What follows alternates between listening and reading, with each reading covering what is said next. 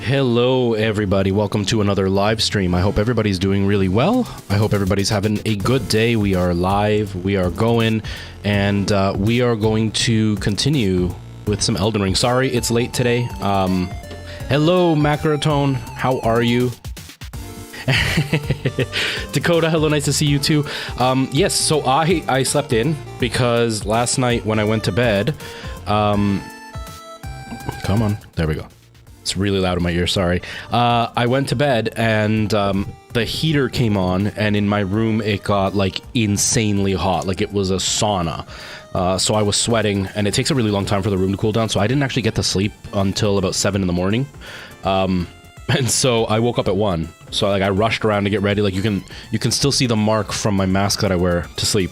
I showered and everything, had to get ready and had my breakfast, and I'm good now, but I am definitely starting at the time that I'm supposed to be stopping. So Nora is home, so she's on her tablet. I should be okay for a couple of hours at least, but we're here. You just woke up half an hour ago. Did you get a good sleep at least? We win. Hello Arnleg, hello, nice to see you. And Dakota, I hope your day is going well as well. Oh, I gotta connect a thing. The Dark, hello, nice to see you too. I almost missed it, but I caught it. I caught it. Let me connect to Xfinity so I can actually see the chat over there, because I can't see the chat, so that's not helping. I had an okay sleep. Once the heat went away, I slept and it was okay. But the first while, like I went to bed at 3 in the morning, and I laid there for 4 hours, like tossing and turning. I finally fell asleep because I take melatonin to try to help me sleep, and I take it, and within 15 minutes I'm asleep, and I did fall asleep. But then I woke up because I was just uncomfortable. And then it was just one of those, like, I was in that, like, almost asleep phase for a while, and then it just got way too hot. And so I was like, okay, maybe it's me, because I put on a second blanket, because sometimes it gets really cold at night in my room. And so I put on a second blanket, and it got really hot. So then I finally, like, I sat up and I moved the second blanket, and then I laid down again, and it felt a little bit nicer, but it was still really hot. And then after a while, it was still unbearably hot. So then I took off my jammies, and then laid there for a bit. I was like, no, I can't. So then, like, I got dressed again, and I walked out to the thermostat, and it was at a regular temperature. So I came back in here, and then I, like, removed the second blanket, so I was just, like, on the top sheet, and with nothing on except for my undies. And then finally I was able to fall asleep, and then I slept the rest of the night, which was okay. But it's because the temperature went up outside. It's really warm outside compared to how it has been. All week it's been really, really cold, and now all of a sudden it's decent. So that messed with the thermostat, because just the way that our house is done, this area of the house is very, very well insulated, but the back is not, and the back is where the thermostat is. So when it gets cold over there, the heater turns on, and the heat comes out here very, very hard, but it's really well insulated, so it holds the heat, so it gets really hot on this side of the house. It really sucks. But I was able to sleep once I did fall asleep, which was really nice. But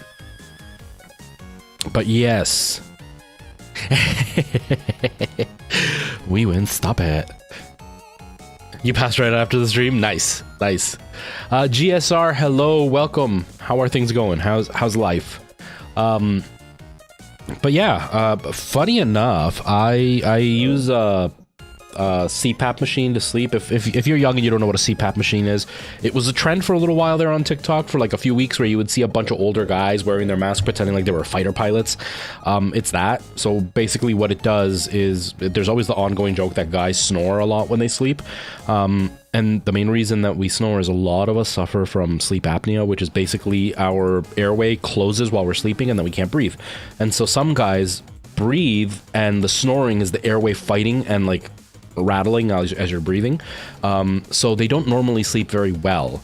This also leads to higher blood pressure. It can lead to weight gain. It can lead to heart attacks. Like it can cause a lot of issues. I don't really snore. What I did do was that I would wake myself up because as I was falling asleep, I would go, ugh. And I remember that I hated it because when I was very tired, it would happen a lot. And it was really hard for me to fall asleep because I'd wake myself up doing that. I was also really delicate when it came to sleeping. Like I'd fall asleep and any noise would wake me up. It was an ongoing joke that like a fly could fart and I would wake up. And then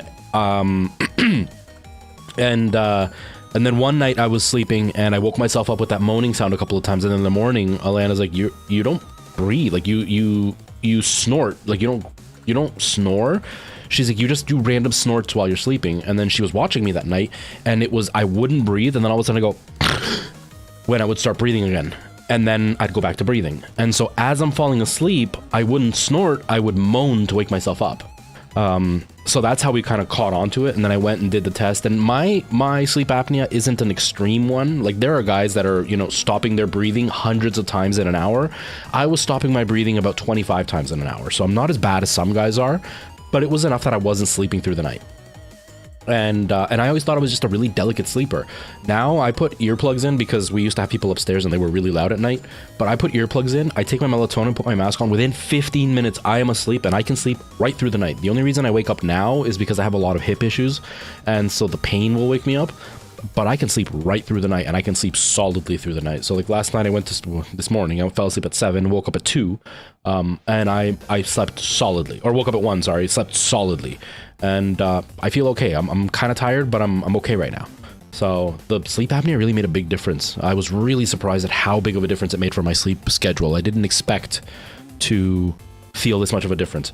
That being said, it took me 18 months to get used to the mask. It was really, really hard for me to get used to. Like I could not sleep. And for a while there, I felt like giving up because it was just so hard to get used to. But the nights that I could sleep, it felt really, really good. Where I was struggling is that the way that I sleep, I'm very like, I do the T-Rex arm thing. Like I sleep like this. And I sleep with like my face almost dug into the pillow, so the mask tends to shift and leak, and then that would wake me up. And because I wasn't used to breathing deeply at night, the mask would send like pressurized air. That's what the mask does. It just sends a bunch of pressurized air into your lungs to keep your tract open. And what I was doing is I would breathe and my lungs would expand, and it would hurt from how wide my lungs were being held all night. So that took a really long time to get used to, like a really, really long time. But now I can't even like think of sleeping without putting it on. Even if I try to take a nap, I gotta go and put the mask on and try to sleep with that because I can't sleep without it. And like my sleep is so much better now. It's been crazy. T-Rex unite, right? Right? One time I hadn't slept for like 47 hours.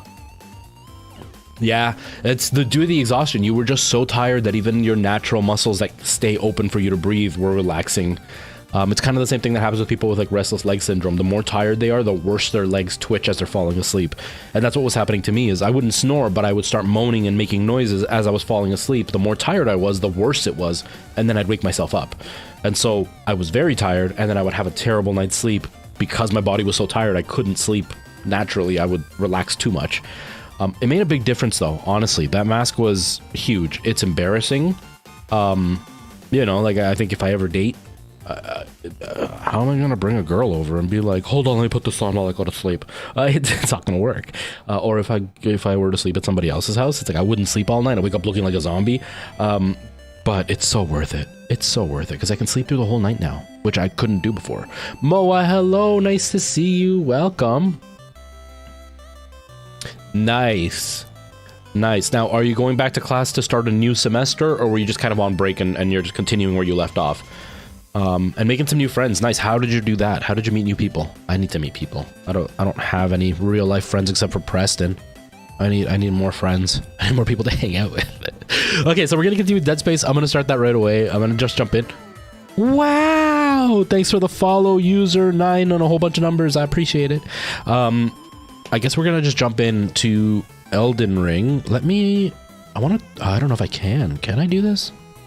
Give me a second here. Give me a second here.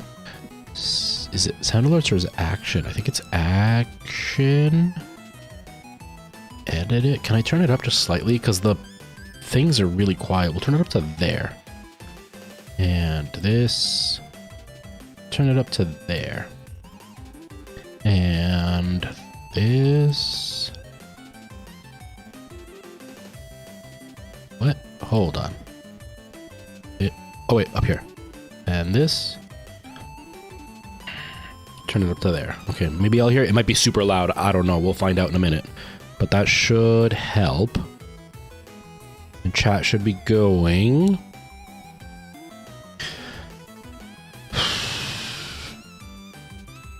In the same semester too, somehow I started relying on him to help me on my assignments and suddenly we became friends. That's kind of what happens.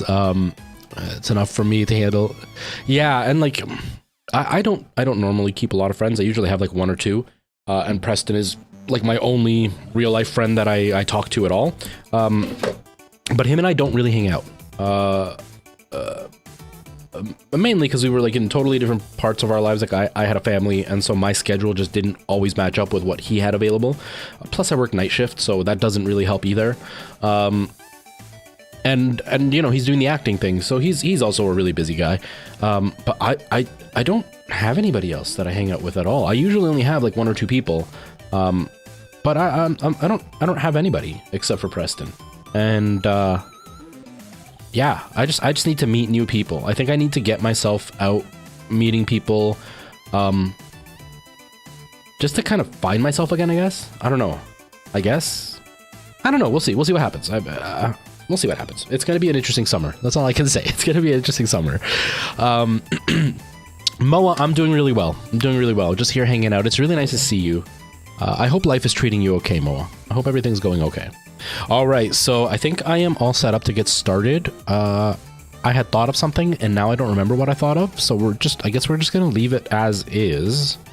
Elden Ring is going to get going, and then we'll, I guess we'll just play.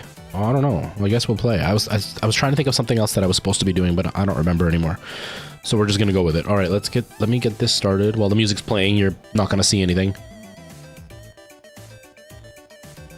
Me neither, we win. Like, when I was doing my acting and stuff, I had a lot of friends. Like, everybody knew who I was. I was, you know, I was known well enough within, like, the little community theater circles here.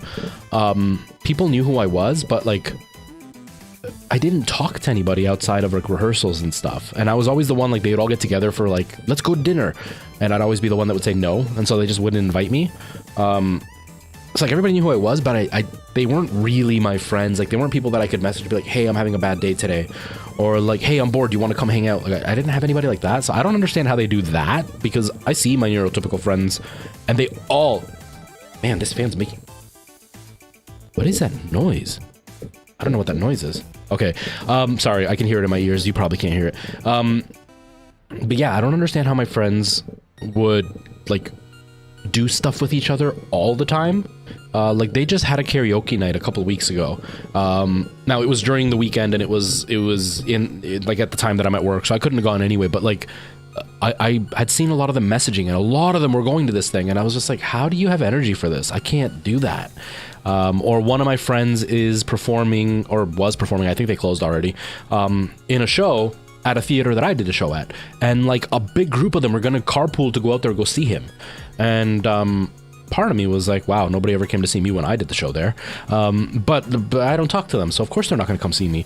And the other part of me was like, oh my god, you're gonna sit in a car for an hour with a whole bunch of people to go see somebody do a show, and then a whole bunch of people are gonna take a car ride back? Like that's really overpowering. That's a lot of power.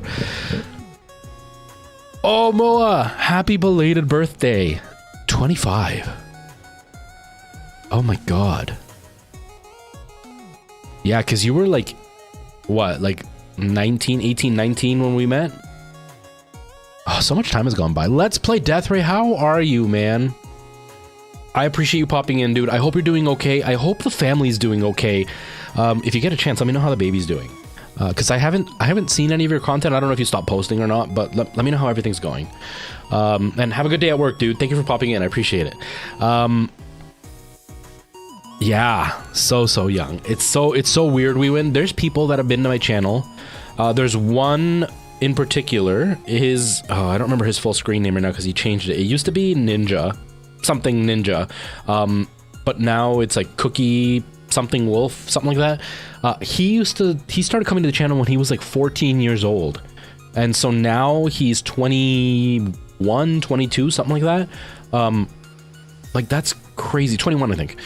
Like he was a 14-year-old kid and now he's a 20-year-old adult. It's so weird. Or like Armin, I think you've seen him a couple of times come by, and Armin used to come by and he was like a college kid when we met, and now he's like a full-grown adult doing like a really important job. He does like cybersecurity or something, or like not cybersecurity, he does like something about like tax fraud or whatever, some kind of security job, and like it's a really important job, and he was like a dumbass teenage kid when I met him. And now he's like this important dude, and it's just so, it's wonderful to be there for watching that. But it makes you feel so old because like I was already a grown ass man when we met, and now he went from being like a young adult, late teenager to a grown ass man now. It's really weird. It makes you feel old. But it's cool to know that you were there for that part of their life. Do you know what I mean? Like, it wasn't just like I was there for a minute and that was it. Like, I've got to see them actually grow up. It's cool. It's really cool.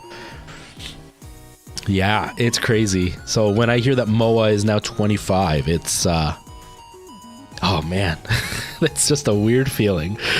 Oh, everybody grows up. It's crazy. Okay, let me switch the screen. Ah, that's much better for the volume. Thank you for the follow, cheese. Something, that's what it looks like on my screen. I'm sorry. Okay, let's switch. I don't know if the game's actually going to show. It is showing perfect, and I think we're good, so I guess we'll get started. Game is a little bit quiet, though.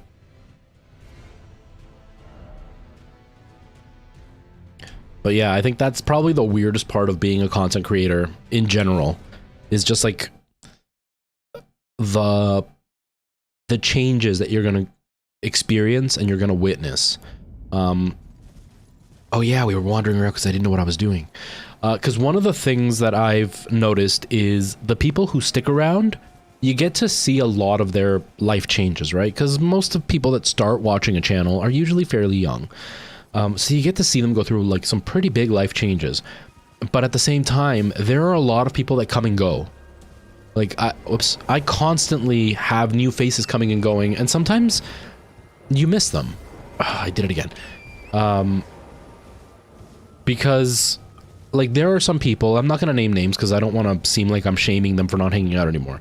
But there are people that like when they used to hang out here, it's because they had nothing better to do. And now they've got like, you know, a full life. And so they don't hang out here anymore. Or they used to come here, they raided, like I took them out on a raid, and then they liked the other channel better, and then they just stopped coming here. And so like it's almost sad that like you feel like you've lost a real friend because they've moved on or whatever. You know, there are some friends that I know have grown up and have, you know, full-time jobs that are married or whatever, and they can't come anymore because their schedule doesn't match what it used to match, and so they don't have the freedom to hang out at a stream for a few hours. And so it's heartbreaking at times to watch your friendships kind of come and go. And the truth is, you were never really like, you were virtual friends, but their life is going to move on without you. And that part can be kind of hard to deal with. It's little things like that that people don't realize that when you do this for a long time, you're going to go through. And obviously there's going to be people that are going to be there forever, right? Because like Moa's been here since pretty much the first couple of months that I started streaming. You've been here, Weewin, since I pretty much started on TikTok. So it's like there are some people that are going to be here for a very long time, but there's a lot of people that come and go, and some of them you really like, and then they disappear, and you're just like, oh, that really sucks. That part can be really hard. Chadley, there's another one that's been here for a really long time. Thank you for the raid yesterday, man. I really appreciate that. December 28, 2020. Oh, man. Yeah, Macrotone, and that's the problem, is that my schedule is, especially right now, it's really, really weird. It doesn't really work out for almost anybody, because like right now, for Europeans, it's a bit better, because I am streaming usually in the evening for people in Europe. But my European viewership really dropped, because when I first started, it was almost everybody was from Germany specifically that would hang out at the channel. And then as I shifted, I ended up getting a lot of American followers. Well, now most of my following is American, but I'm streaming when almost all of them are at work or at school, so they don't get to hang out. And then my Thursday streams are really late for most of them, and it's on a Thursday, so it's not like it's a Friday night or a Saturday night where they can stay up late. It's a Thursday. They have to go to work the next day or school the next day, so they can't hang out at midnight. And at midnight, it's early morning for Europe, so it's like it's not working for anybody, but it's the only time I have available.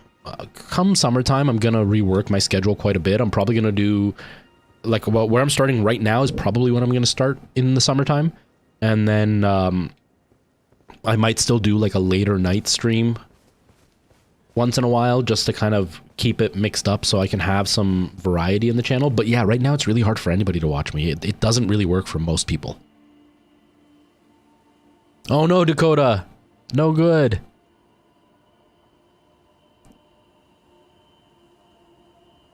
Yeah, Moa. Hubie's come a really long way. So for all of you who are watching and don't know who Hubie is or you know what I'm talking about, Hubie was my very first raid that I ever got on YouTube. And at the time, he was not a huge channel, but he's a very likable person. So despite having a relatively small following, because I think when he raided me, he had like 3,000 or 4,000 followers, something like that. Or subscribers on YouTube. And he raided me, but there was over 100 people watching his stream when he raided me. And that was his normal viewer count. And that's kind of what helped me get the German viewership, and it's what helped kind of get my channel started. And then Hubie blew up. And then it was not weird to see Hubie have like 500 or 600 people watching his live streams. Mind you, the kid put in a lot of work. Like, he would put up videos every day. He was streaming almost every day. He was always doing something wild on his streams. He was a very high energy guy, and so it was obvious that he was going to do something with it. But Hubie has come a very, very long way. It's really cool to watch what he's done. Yeah, he's like the German DGR. Yeah, absolutely. Yeah, Macrotone. Like I said, I'm going to be moving things around, and maybe it'll work for some people. For some people, it may not still. But we'll see. I think what's going to help is the fact that I'm also going to be streaming longer, because right now I stream like 2 hours. 3 hours on Thursdays is like my longest usually. But it's like an hour and a half to 2 hours most of the time. So it doesn't really give people much of a chance, because the window is so small for them to come hang out. Okay, I honestly don't know where I'm going. I don't know what I'm supposed to be doing. I don't know what I'm supposed to be doing. I know I'm supposed to get like more stones to level up my weapons, but I don't have any. Yeah, we win. It's somebody called DGR Dave. He is a Mario Maker streamer. He was a Mario Maker streamer. I think he still does a lot of Mario Maker. I haven't really seen his stuff. Doesn't pop up on my YouTube for some reason, so I haven't seen what he's doing now. I do see his streams once in a while. It's usually Mario Maker that he's playing. But he had his big blow up when Super Mario Odyssey came out. He was one of the first streamers I watched. The first 3 streamers that I ever watched were Ryukar, DGR, and Snap Click Cat. And they were like my first ever experience watching streams. And so DGR, what I really liked about him was that he was really, really laid back and like just this goofy, nice guy. Ryukar, I liked watching his videos. I didn't really like his live streams, but it's because he is so popular. He has like a ridiculous amount of people that watch him. I am hearing like a vibration go through my microphone every time I talk, and it's driving me crazy. Sorry. And so like his stream was too crazy, so I wouldn't really watch Ryukar streams. I usually watch his videos, but DGR, I would hang out at his streams. And then Mario Odyssey came out, and then he started doing speed runs. And when I started watching him, he was at like between 6,000 and 8,000 followers or subscribers. He was averaging like 40, 50 viewers per stream. And he started lurking on my streams, and so we became friends because he would lurk at my stream. He would raid me once in a while, and like it was huge to have such a big channel raiding you and actually being like a friend. And then all of a sudden, Super Mario Odyssey came out, and he started speedrunning it, and he started averaging over 100 viewers per stream, then over 200, then over 300, and then he reached from 10,000. I remember it was a big deal when he broke 10,000 followers or subscribers. And then he went from 10,000 to, he went from 10,000 up to, I think it was 100,000 in the span of like 2.5, 3 months. Like it was crazy watching his channel blow up. And then he moved over to Twitch because everybody was moving over to Twitch, because they could have better financial support there. That's one of the things about YouTube, is that there's not a lot of financial support on YouTube. So it doesn't make sense for people who want to make it their job to stay on YouTube, because it's not that there's something wrong with the platform or even with the viewers. It's just not part of the culture. I was streaming on average to anywhere from 25 to 60 people on a regular basis. And I think I had made a total of like $40 in the span of 6 months. And it was it was closer to like $60 in the span of 6 months. And it was because one person gave me $40 and then the rest was like a $1 tip once in a while. It wasn't a lot of money. And then I went over to Twitch and I was averaging, 15 viewers, but I was making a couple $100s a month. So that's what DGR did. He moved over to Twitch to start making more money. His viewership dropped quite a bit. Now he averages about like 120 viewers per stream. 120 to 300 is where I see him sit. But he makes better money there than he ever was on YouTube.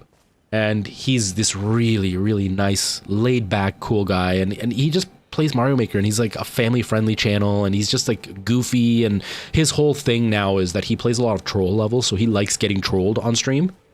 But when he moved over to Twitch, I was still on YouTube. So we kind of just stopped talking little by little. And he got really, really popular. So it's kind of hard to keep up with the little guy when you're becoming huge and all the big streamers are talking to you and you're trying to work out brand deals and stuff. It's kind of hard to keep in touch, right? And so we just kind of stopped talking after a while.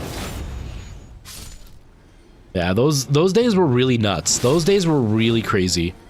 Watching some people completely blow up, watching some people completely implode. There was another guy called Papa Jodster, I think was his name. I think that was what his name was. He was another one that was like on a rocket ship. He started with Mario Maker, but he made every mistake you could make as a content creator, where like he got too invested into streaming. And so this guy was streaming like 12 hours a day, 7 days a week type of thing. Like he was streaming an obscene amount. But he was growing. Like in like 2 months, he went from 0 followers to over 5,000 followers. And we started right around the same time. And in that same time span, I went from 0 followers to about 1,200. And I was growing at a decent pace, but he outdid me hands down. And then one day he just had a meltdown. I'm pretty sure it was on stream, but he had a huge meltdown and then just disappeared and never came back and just was gone because he overdid it. He was streaming way too much and he just burnt himself out, even though he was on trajectory to become a really, really, really big streamer because he was outgrowing everybody around him, but he just overdid it. It was a really crazy time. Yeah, I'm hoping so. My guess, my hopeful guess, is that he was not in a good place in life, and then that was kind of like the tipping point for him to kind of reset himself. But yeah, I haven't heard anything from him, or about him. But yeah, it was a really wild time when it came to streaming. YouTube was still fairly new for streaming, so it was very easy to blow up on YouTube, and it was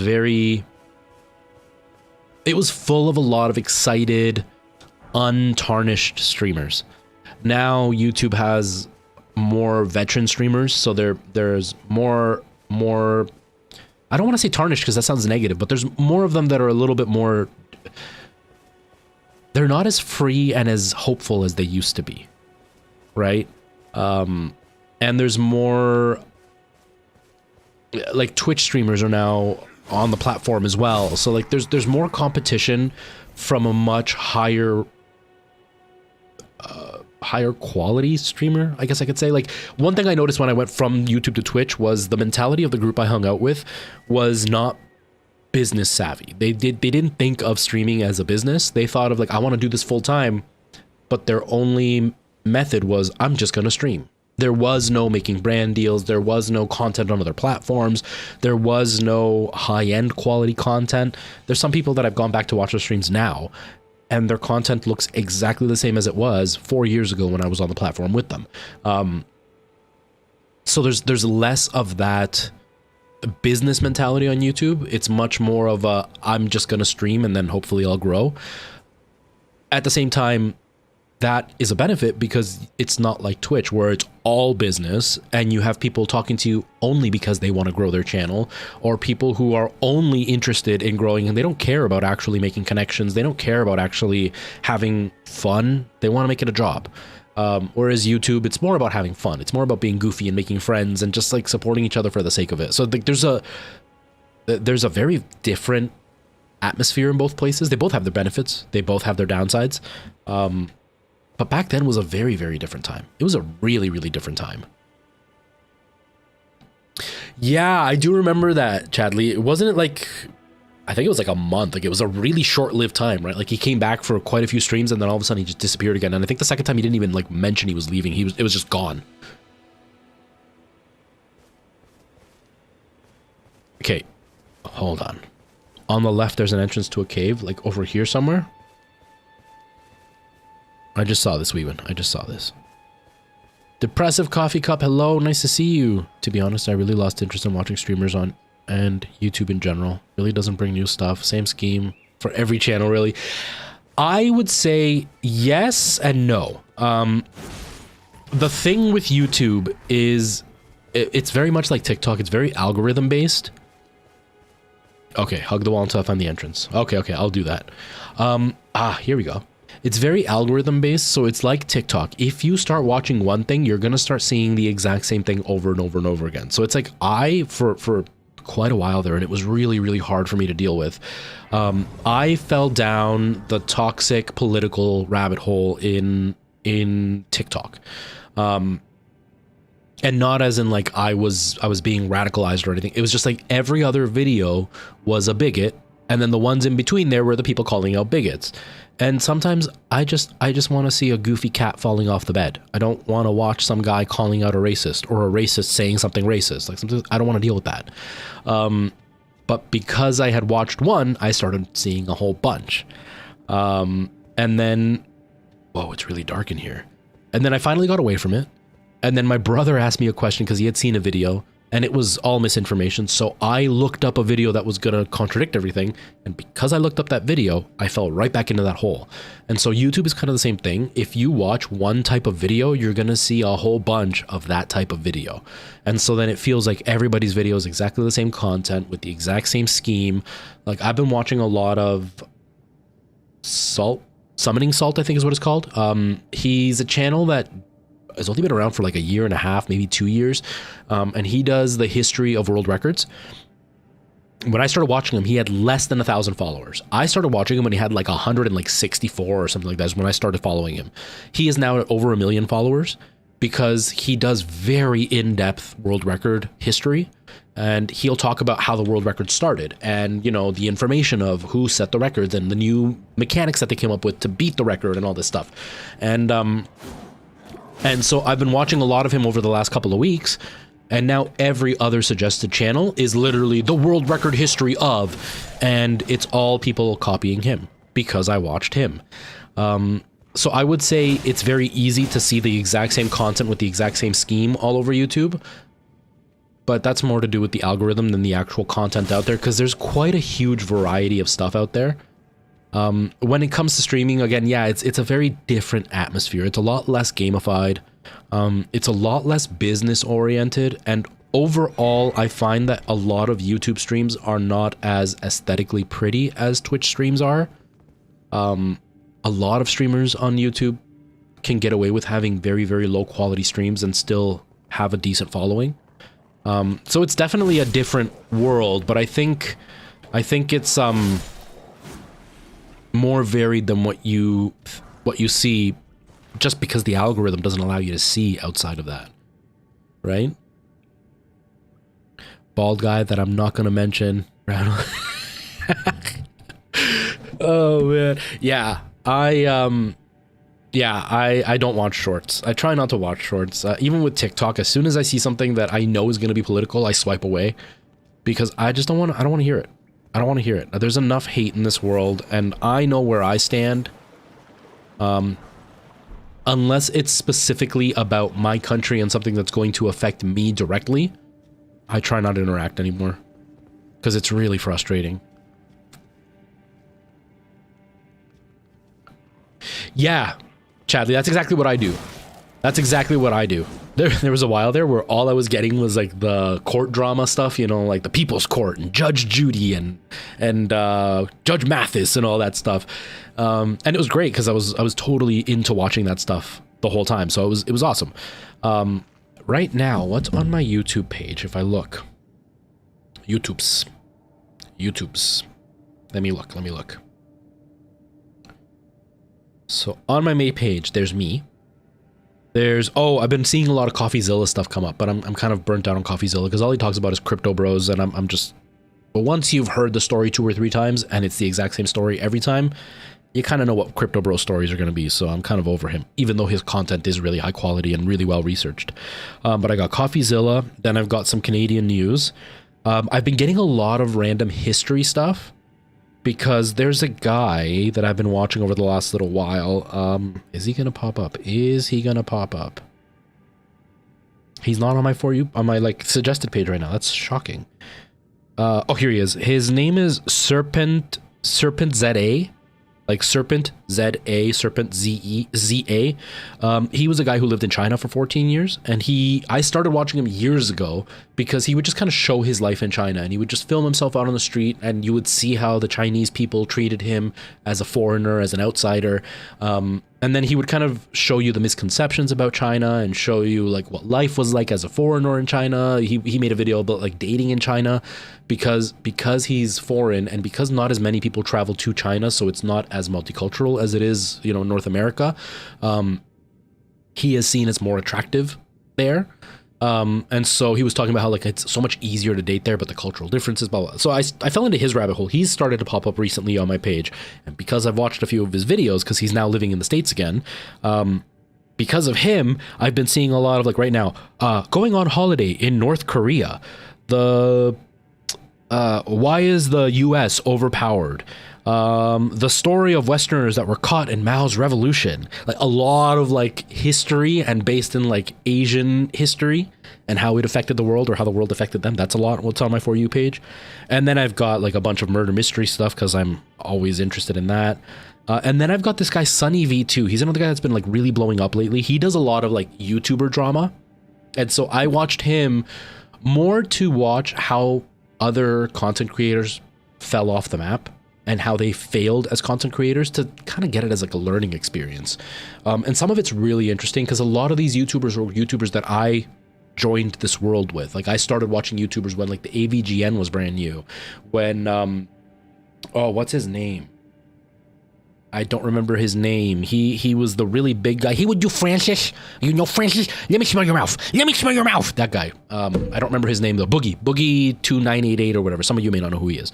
But he was like this like bigger dude. He had made a character that was supposed to be like this really obnoxious gamer nerd. And then he kind of started talking about his weight loss, and then he blew up because people were kind of cheering for him. He fell off the face of the earth. And so like this channel does a lot of like what happened, what mistakes they made, and where they went wrong. But lately, his last few videos have shown that he is very toxic, the guy making the videos. Like he did a video where he was talking about one of the guys who fell off, and one of the things he was talking about was how the guy would talk about his mental health. And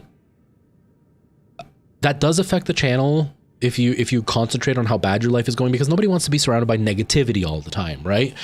But this creator went down the line of, he started with, let me just say that I wasn't expecting people to be so upset, because he talked about mental health in a different video. He goes, I wasn't expecting people to be so upset when I talked about mental health, and I'm not here to make fun of the guy, but so I'm not going to say too much, but all I'm going to say is that you're a man, and talking about your mental health, it's instantly going to make people not want to watch you, because nobody wants to hear a guy whining, and that's all I'm going to say. That's insanely toxic, and you're a piece of trash, basically telling a guy that he's not allowed to say he's sad or having a hard time or dealing with depression because he's a guy, and guys just should suck it up. And so like now I don't watch this guy because he's just so toxic. Or like he'll talk about like the social justice warriors and how they're ruining things, but then he brings up something that's like actually an issue that should be addressed. It's not like somebody being offended over something that means nothing. It was literally an issue, and he just went toxic, so I stopped watching that guy. But it's interesting to see a lot of the same mistakes being made by content creators and how they fall down. So I watch him, but like that's kind of what my For You page is now, because I've kind of pulled away from streaming content. I've pulled away from Twitch content. Whereas before, my For You page was all Nutty and Harris Heller and Sam Woodhull. Like, it was all those guys. And now I don't see any of them come on my For You page. Harris Heller's popped in a couple of times now because I've looked up some hardware stuff. But yeah, a lot of my stuff is a huge mix because I just don't want to deal with the same content all the time, because it's exhausting. I like streaming, but I don't want to hear about streaming 24 hours a day, especially when you have the same people putting out the same content all the time, and they're almost word for word stealing somebody else's content half the time. Or like that video that I just stitched on TikTok where it's just bad advice. It's not even good advice. So I just kind of stay away from that stuff. I try to watch a variety of stuff.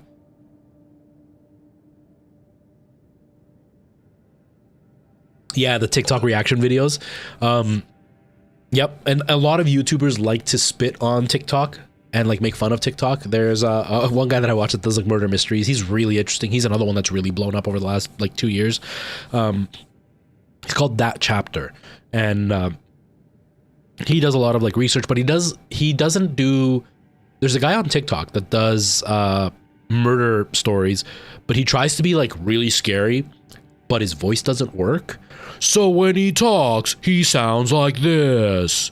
He went in and he found his wife, and he tries to do this face, but he's got a really bad mustache, and it doesn't sound scary at all. But this guy doesn't try to do like any kind of like scary voice or like, and when he walked in to see this horrible scene.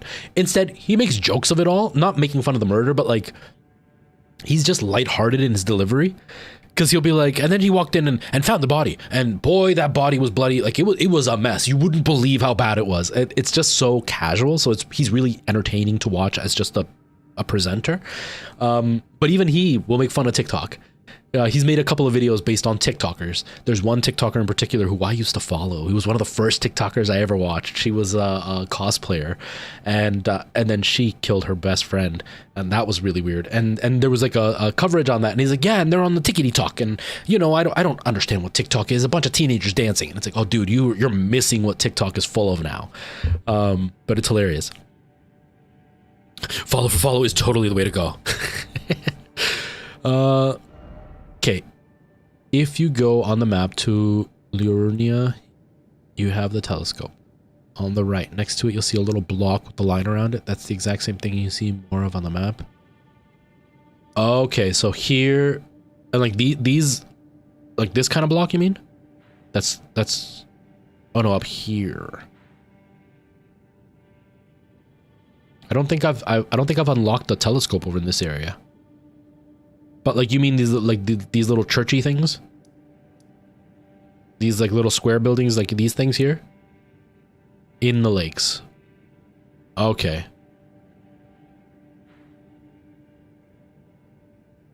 I'll go explore. Let me finish this cave and then I'll go explore there.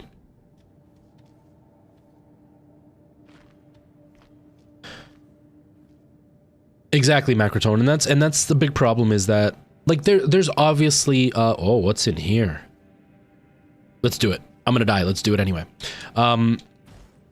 There's obviously a difference between throwing a pity party you know, and always trying to... Uh-oh. Oh, he missed me. I can't believe it. Oh. There's a big difference between throwing a pity party, because there are people that's what they do. They literally want to whine about everything, and they are only looking at like the worst things that are happening to them, and they just want people to feel sorry for them, versus like actually talking about struggling with something, right? And a lot of society still thinks that guys should not mention, oh, I don't want to go through all that again. All right, let's check the lakes. I don't know what I'm doing. Oh, it's because I'm in the cave. Yeah, like I've had people come through here in chat that are very, very much looking for attention. And it's obvious when they're looking for attention, and because they'll bring up a topic that nobody's talking about in order to complain about something in their life. And so it's like that's different. But like if you're going through a rough time, if something bad is happening, but overall you're, you know, an upbeat person, but you're having a bad time, then yeah, it's fine to talk about it. Or like I talk about ADHD and stuff openly, and I'm not doing it to like be like, you know, feel bad for me because I'm special. It's not that at all. It's literally just, if I talk about it casually, it's part of who I am, right? Or like I'm right now I'm going through some stuff, but it's not not a big impact on my life right now, so I'm not bringing it up. But obviously, eventually, it's going to be something that's big, and I'm going to talk about it. But these toxic guys think that you shouldn't talk about being upset because you're a guy and you should suck it up. Except that's why guys are so prone to drinking and drug use and abuse, is because they're forced to suck things in, and instead of dealing with it and addressing an issue and finding a way to heal from it, they're expected to just kind of suck it up, and that's it. Whoa. So yeah, it really bothered me when that creator said that. When that creator went down the road of like, well, he just whines because he's a guy, he should suck it up. It's like, oh, dude, you're so toxic. He had made a couple of videos where I was like, I don't really like your mentality, dude. Your mentality is very, very toxic and old-fashioned, and belittling to everybody around you. You're kind of a jerk. But then when he said that, I was like, no, you're really a jerk. You're not just kind of a jerk. You're a real big jerk. And so instantly I unsubscribed, and I don't really watch his stuff anymore. Yeah, exactly, we win. I'm live 24/7. Nobody likes me. I put in all this work. I'm sure you guys saw, for those of you who aren't on TikTok, but if you are on TikTok, I'm sure you saw it. I stitched somebody on TikTok. And I felt like I was firm, but not mean. And their video was literally, I posted I'm going live and over 500 people saw it, and yet nobody showed up to my stream. Like, what's even the point of streaming? You guys don't support me. You guys are full of crap, and it's your fault that I'm not doing well. I want to do this as a full-time job. I treat this like a job, and I have to commute 20 minutes to get to work and 20 minutes to get back, and then I still manage to go live, and nobody watches me. Nobody supports me. And it's like, cry us a river, dude. You know there are millions of us out there, right? There are millions of us streaming right now. And you posted a video that got 500 views. 500 views is nothing. 500 views on TikTok is nothing. You don't expect anybody to show up from 500 views. I do videos that get, you know, right now I have one video that's like getting views because I just posted it yesterday. It's at like 5,000 views. And how many people are watching me on TikTok right now? I can't see the number. There's 6 watching me on TikTok right now. And I guarantee you those 6 didn't come from that video. And they tried to blame the viewers for not coming to his stream, and then throwing in that they do a 20-minute commute. That's what I do. I do a 20-minute commute, and I have a family. I'm not like a 20-something-year-old kid who only has a girlfriend and no other responsibilities. I've got a family. So like, cry me a river that you have a 20-minute commute to get to work. I used to have a 2-hour commute to get to work, and I still managed to stream. And it was 100% attention-seeking and blaming everybody else for his crappy content, because I did watch his streams and they were horrendous. He was trying to be edgy, and it wasn't good. Like, it wasn't even, because I'm not a fan of edgy jokes, but it wasn't even like properly done edgy jokes. It was edgy just for like, look how cool I am, bros, I'm so edgy. It's like you're literally just trying to blame everybody and get the attention for poor you not doing well. Maybe your streams just suck, dude. And then he blocked me. Instead of actually addressing anything I had to say, he just blocked me. That's why I'm being completely open about it now. Because when I said it originally, I wasn't as mean. But it's like, nah, man, you're just a whiny baby. Those guys, absolutely, you need to stop whining. But if you're going through a rough time, then that's okay.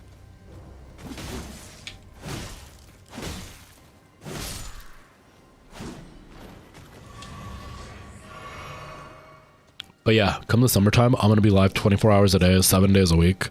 And you guys have to watch me all the time. If you don't, you're not real supporters. Or else, I'll quit streaming forever if you're not watching me all the time. That's the deal. Okay? Am I going the wrong way? I don't have a grace at the border of the water. This is the only one I have, just one here. But like, I don't have any other graces in the border of the water. This is all empty. I don't even have like a... I don't even have one of the telescope things. I got nothing.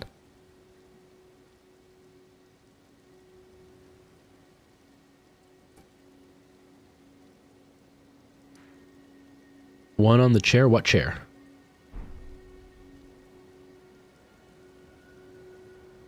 Oh, that chair.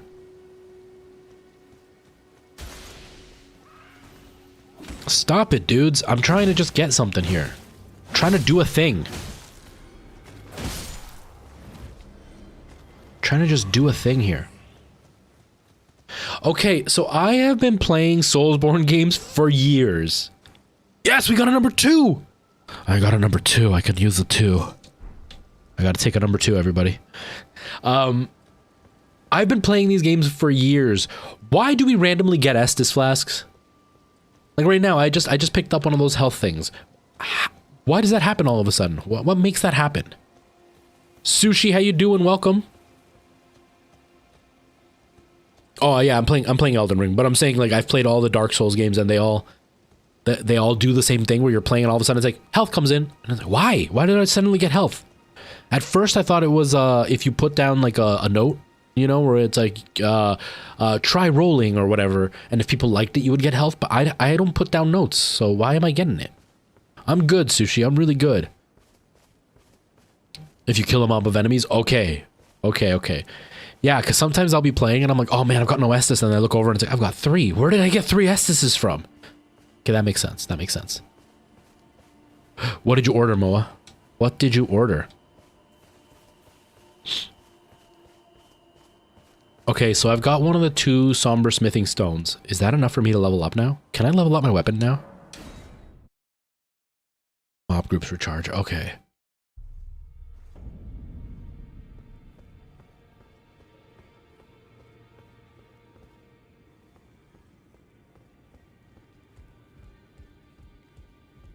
Oh, nice, Moa. Nice. What the?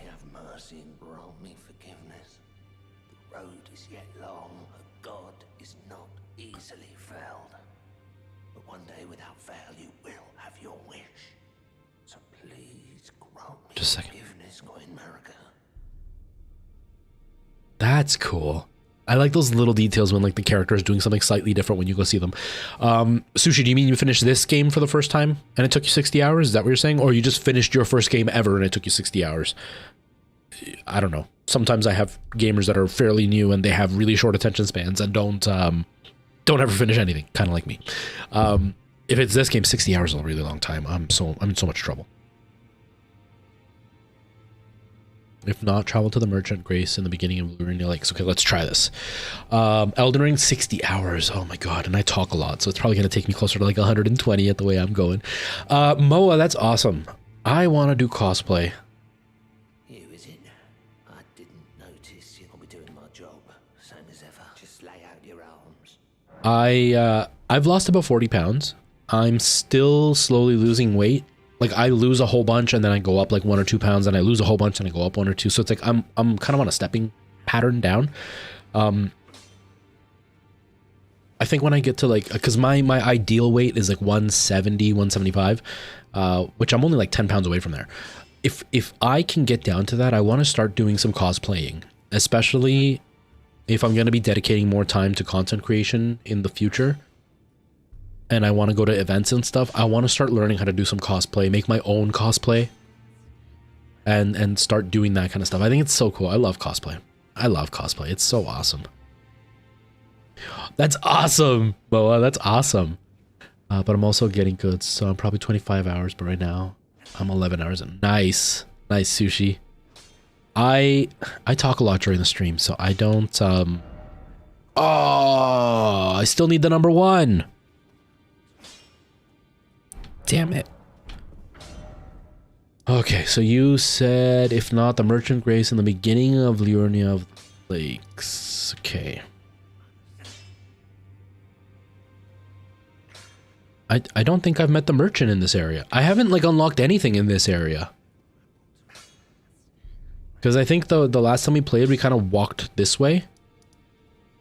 And so I haven't really explored this area. It's... Oh, or is it this one? This one right here? Is it this one, Moa? Moa. Is it this one we win? Going to Comic-Con in November and then having 10-year anniversary. So that's awesome. That's going to be fun, Moa. That's going to be really fun. I love seeing cosplayers when I'm out and about at stuff like that. I think cosplay is so cool.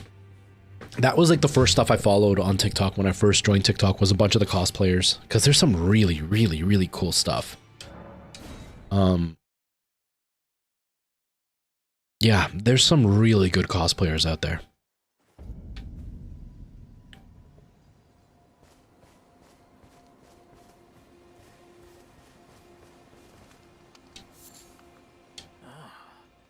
Not everyone can tell. I'm gonna sneeze. This region is mostly 2. Where would I get 1 from? Wait, no, this one. No, that's just a regular smithing stone. It's not a somber smithing stone. Okay, no, I have to. It has to be a somber one, right? These are just regular ones.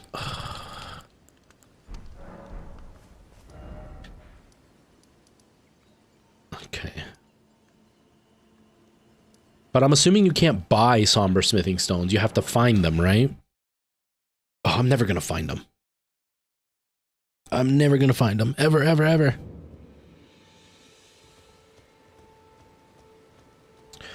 What do you have for sale, dude? Nothing.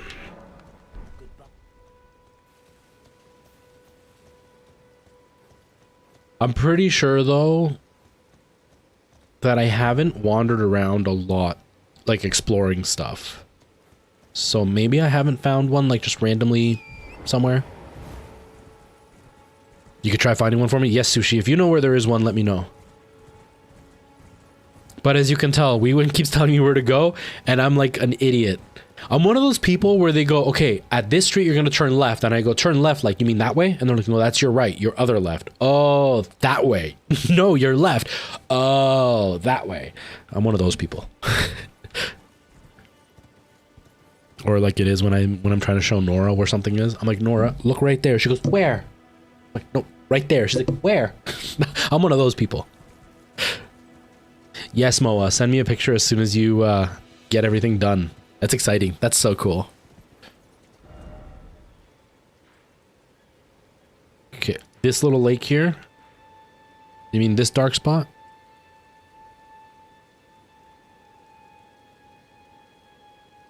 Like this patch in the lake?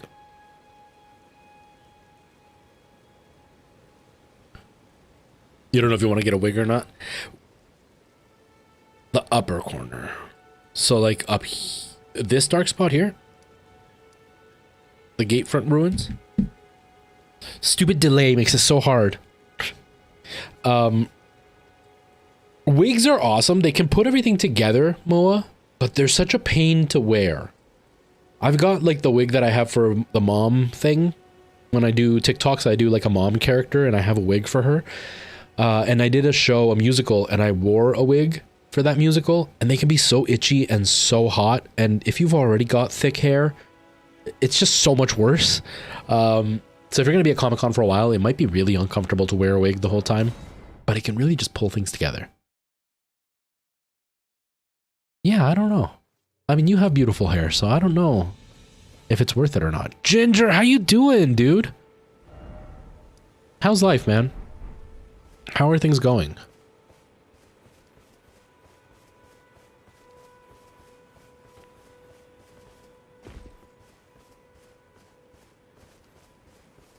Trust me, I'll try my best. Yeah, Sushi, you let me know. I'm just wandering around right now. We're back to where we were when I first started this game. Just kind of exploring random places and wasting a lot of time.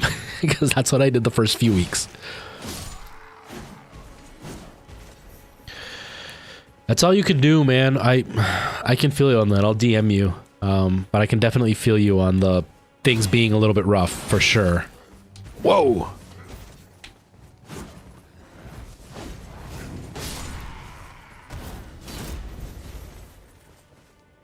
But I hope it's not something that's going to be long term. You know what I mean? That like things aren't great, but they'll turn around quickly. Okay, Liurnia on the very left. So Liurnia of the Lakes on the very left, like way over here.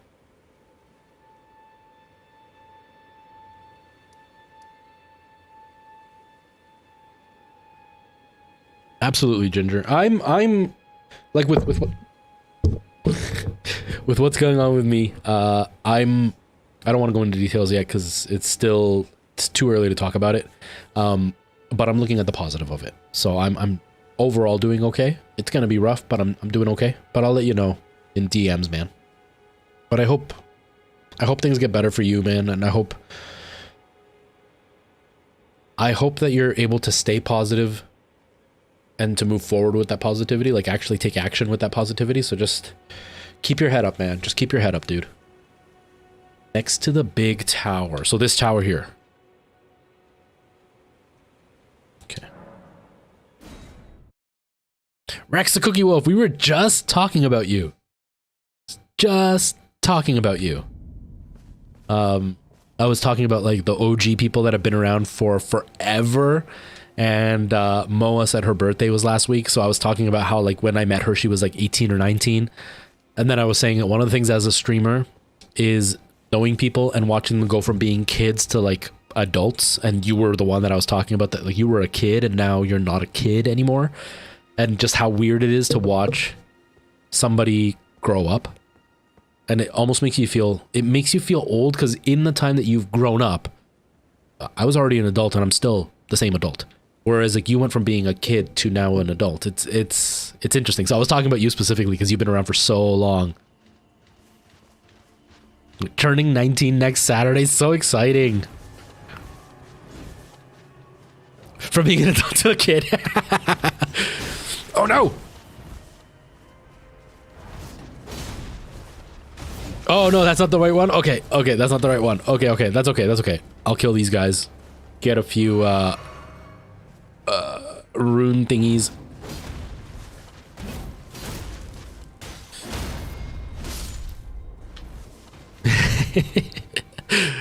That's okay, Sushi. No worries. No worries.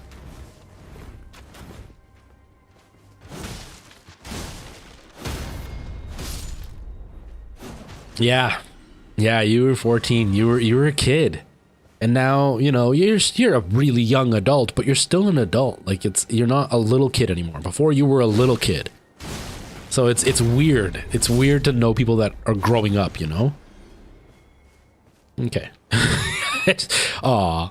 I love when arrows just like randomly stick in characters and they're so casual about it. I think it was in my sword that time, but I love those games where it's like there's an arrow in the head and they're just wandering around with this arrow in their head. Okay. So let me see if I picked up whatever's here, just in case. You could always use more, right? As for me, things have been good. Busy. And life has been interesting. Things are on the horizon. Things are going to be changing in the near future, but life's been okay. Life's been okay.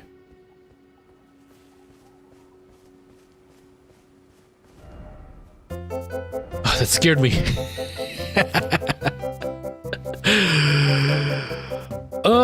Generation Ride, dude, thank you for the sub. I really appreciate that. Cleaning up at work, so I'll pop back in later. Thank you, man. Finally a year. I'm busy cleaning up at work, so I'll pop back in later. How you have a great stream, Heart. Thank you, Rye. Thank you. I appreciate that, man. Hope work has been okay. I hope work has been okay. Yes, we're just finding sombering smithing stone ones or whatever. I don't really have a real goal because I don't know what I'm supposed to be doing. I was getting to an area where they were all starting to get stronger, and the items that were being dropped were like somber smithing stone 4, and I haven't leveled up this weapon at all. So, and then I had a few people come into the stream and they're like, "What are you doing with just like a base level weapon out here?" So I thought I should probably upgrade my weapons before we move forward. Welcome back, Macrotone. Okay, I don't really see anything to pick up in this region. So either I picked it up or I'm just heading in the wrong direction completely like usual. So maybe I'll head back to where we just were with the camp and all that stuff. 'Cause I don't see anything around here. It's so hard. Whoa, whoa, whoa, whoa, whoa. Oh, crap. Run. Run, dude. It's so hard when you're live streaming and you're trying to get help because the delay, and the delay really messes you up. And if you don't watch the chat, like right now, okay, you just said, yes, up. If you don't watch the chat consistently, you'll miss somebody telling you what to do, or they'll say something and you don't know if they're saying it in one way or if they're saying it in a different way, because inflection or even just what they're talking about isn't always clear. Like with Sushi, you said right, and so I have to consider on my side, are you saying right as in like go right, or are you saying as in right like right? And so it's like when you're live streaming, you never know what you're supposed to be doing, and then you end up wandering around like an idiot, and then the viewer ends up going, what a moron, he doesn't even know where he's going. It's so frustrating sometimes.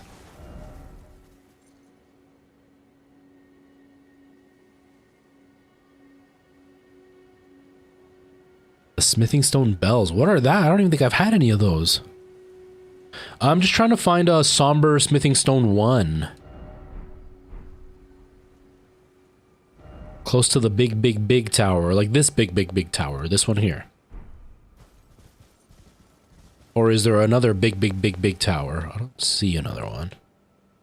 That's a tree. That's not a tower.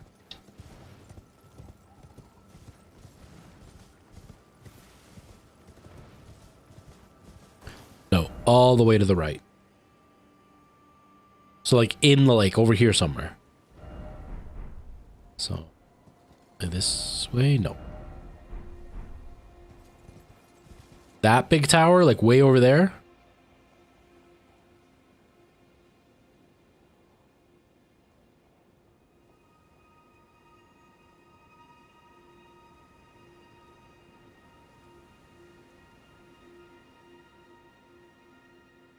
Oh, Ginger.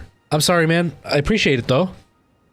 Twitch has been really weird with the alerts lately, because even, like, down there, it's still only showing the 1 sub, which was Rise, unless it just hasn't processed yet, and it takes a second. Sometimes I've noticed there are stuff like, there's, I think you're one of the ones that I've had it happen with before, where, like, you've done, like, a jump scare or something, and it'll trigger on my side, but then when I go to PayPal, it'll actually say still waiting, and it'll take like 2 or 3 days for it to actually be approved. Maybe it's something like that. So it might be just the processing. To the 2 maidens on the round table. Yo, thank you, bitch. Jesse Pinkman in the house, bitch. What's going on? I can't do it, Jesse Pinkman. That's my best Jesse Pinkman ever. You can buy many smithing stones as you need, but do they do the somber smithing stones? Because I was told that somber smithing stones are limited. Like there's only a set amount, and if you use them on the wrong weapons, you're done and over with. Yeah, your Prime took a whole stream to process. The same thing has happened to me. I've done Prime subs. There's certain people that I kind of always give it to, and they never acknowledge that I've done it, but I'm usually lurking. So I'm like, I want to do it. And if it goes off, then great. If it doesn't, then that's fine too. And yes. Okay, Sushi. I'm heading that way. I'm heading the wrong way, aren't I? I wasn't looking at the screen. You got one? You got one? Okay, where?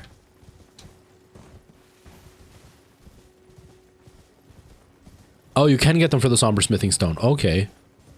Where would I get that bell?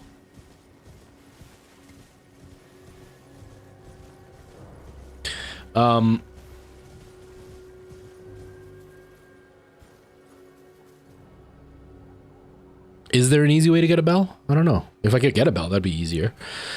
What was I gonna say? I was saying something. I don't remember what I was saying. Oh yeah, sometimes I'll give my Prime sub to somebody and they just won't acknowledge it because they don't get an alert. But that's probably what it is that it's not processed right away. It takes a little while. So it might just be that you stop it, dude. It might just be that you gave it, but it hasn't finished processing and then it's forever. And watch, we're gonna be ending the stream, then all of a sudden ding ding ding ding ding ding. Yeah, go for it, Ginger, go for it. Because right now I'm literally wasting time. Last stream, I was live for 2 hours and I think I actually did like 10 minutes of gameplay. The rest of it was me just standing, talking, or literally walking in circles. Like I'd be trying to explore an area. Yeah, I do have a cursor. Like I'd be, let's say because I explored this whole area, but what ended up happening is, was it this area? Yeah, I was trying to explore this area, but what was happening is I'd teleport here, and then I'd start heading up, but as I'm like avoiding enemies, I would end up like going around the tree and then heading back, and then I'd load up and I was over here. And so then I'd get back and start going forward, and then I'd end up going in a circle and be back here. I just went in the same circle for the whole stream. I did nothing, so go ahead and tell me. You go through the tunnel there and beat the mini boss and get it. Okay, you can find them in specific dungeons and caves and way later in the game. You're also pretty underleveled. Yeah, I'm pretty underleveled. I haven't really been leveling too much. I haven't been doing too much. But I'd suggest getting a bludgeoning weapon. Slashing weapons are weak here. Okay. Alright, so that might be something we might have to do next stream. Hey, thank you for the follow. I appreciate that. I appreciate that.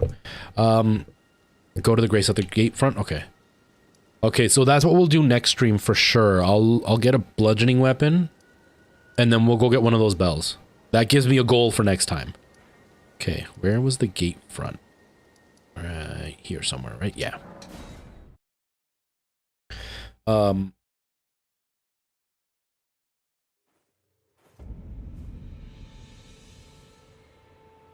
There's a trick to get it early. Oh man, there's so much about this game that I don't know.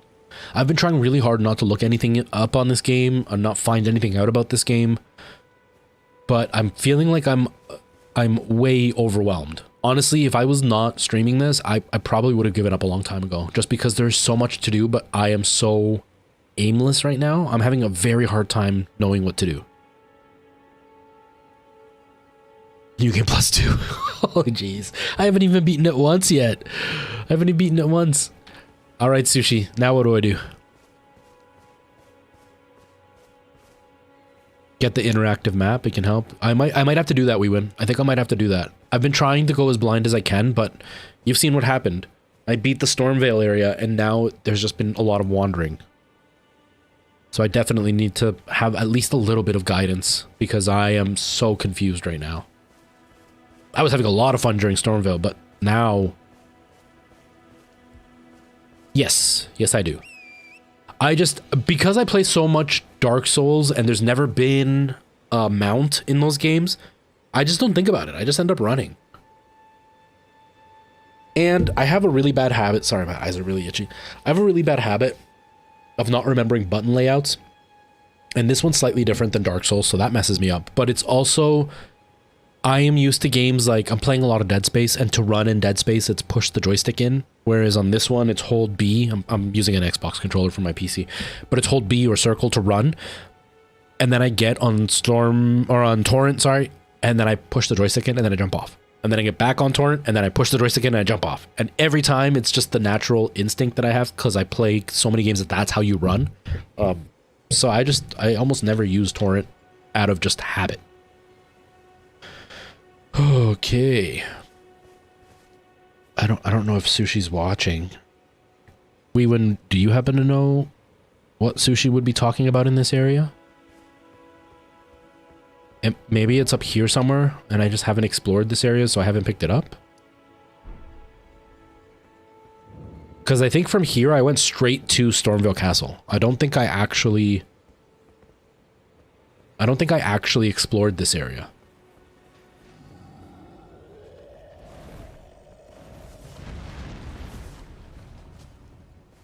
Come on, big giant dude. Ouch. Go, go, go.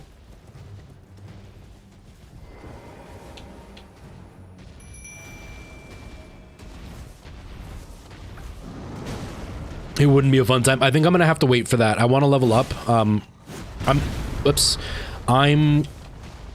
think I'm gonna take some time and just grind on my own, if I can remember to do it, when I'm offline, to just get my guy up quite a few levels so I can at least stand a chance. Because yeah, I'm really under-leveled. I haven't really worked on leveling up at all since I pretty much started streaming.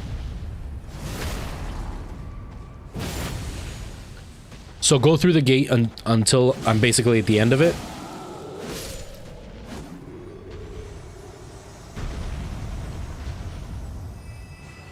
Itchy nose.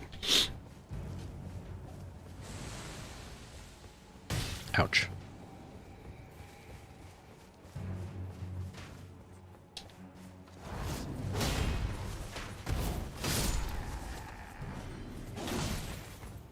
What a difference from the last time I was here. When I was last here, these guys were kicking my butt.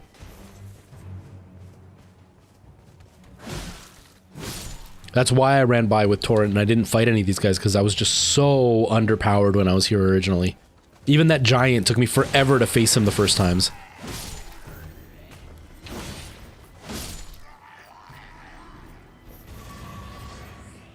Which no one likes. Oh, man. I'm gonna have to level up for sure.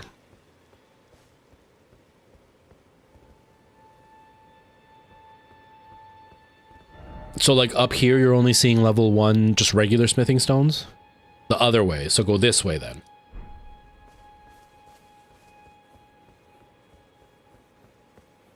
Okay.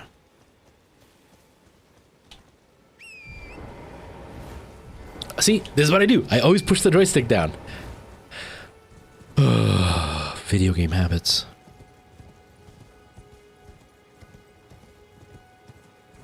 Okay.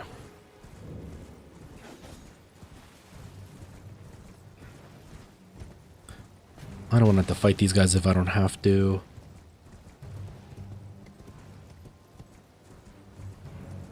Okay, so...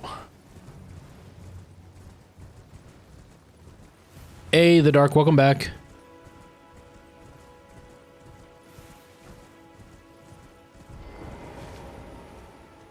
Yeah, because I don't think I walked through that area at all. I avoided it because there was no giant crab guys there.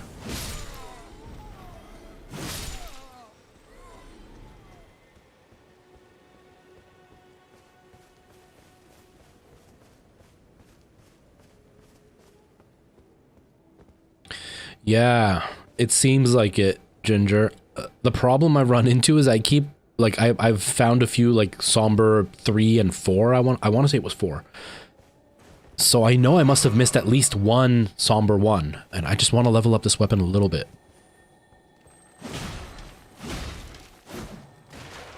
No, come back here! Come back here!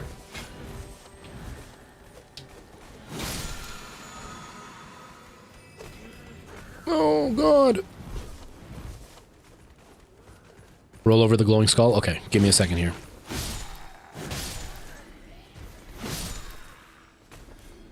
The big scary guy's back. Okay. Where's that glowing skull? Where did I see it?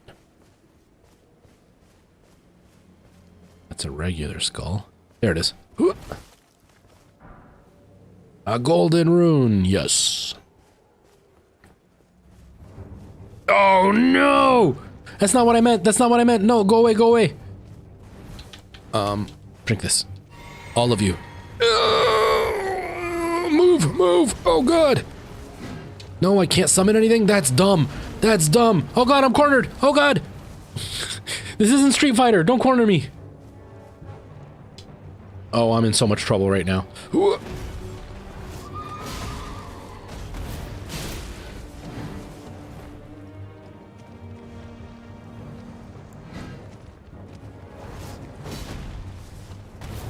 Oh, that was a waste. It's so scary. I hope so, Ginger. We'll see.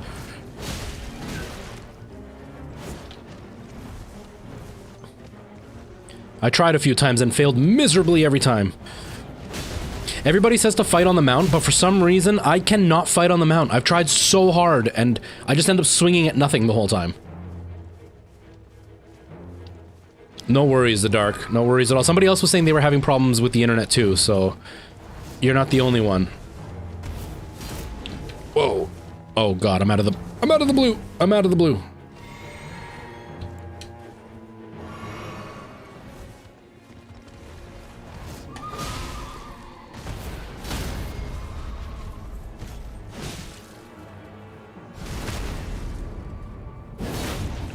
Come on, we're so close.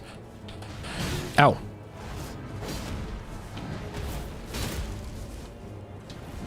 Oh god. No! Yes, we did it! Woo! We did it. Oh. I tried that so many times that one stream. We did it on our first one. Yes! Oh, it's nothing to really be proud of for the regular Elden Ring player, but for me, that was a huge deal. Because I tried so many friggin' times last time. It was a couple weeks ago. And I want to say I haven't leveled up much since then, so... I'll take it. I'll take it. As a regular smithing stone. But yeah, the Dark, and it wasn't on purpose. I was just trying to find some somber smithing stones in this general area. After the bridge, go right. Okay. And I triggered him and I didn't mean to. So after the bridge, go right.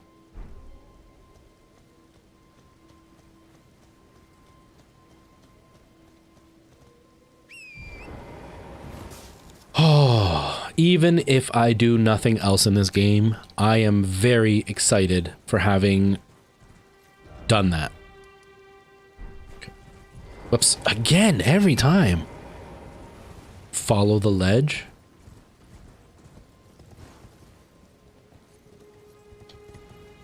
There's so many bad guys. It's so scary. Uh-oh, wait, I'm close? Okay. To the right, just after the building on the lake. So that building there? Yeah, or that building.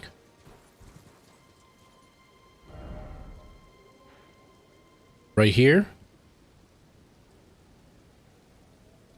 The delay, the ADHD with the delay is like the worst thing. Oh my god! Oh, who was that? Ginger. Oh.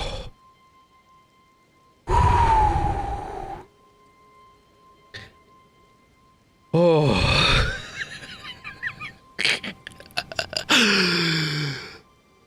Oh my god. Oh. It's on top, not in the lake, but right here on top of this thing.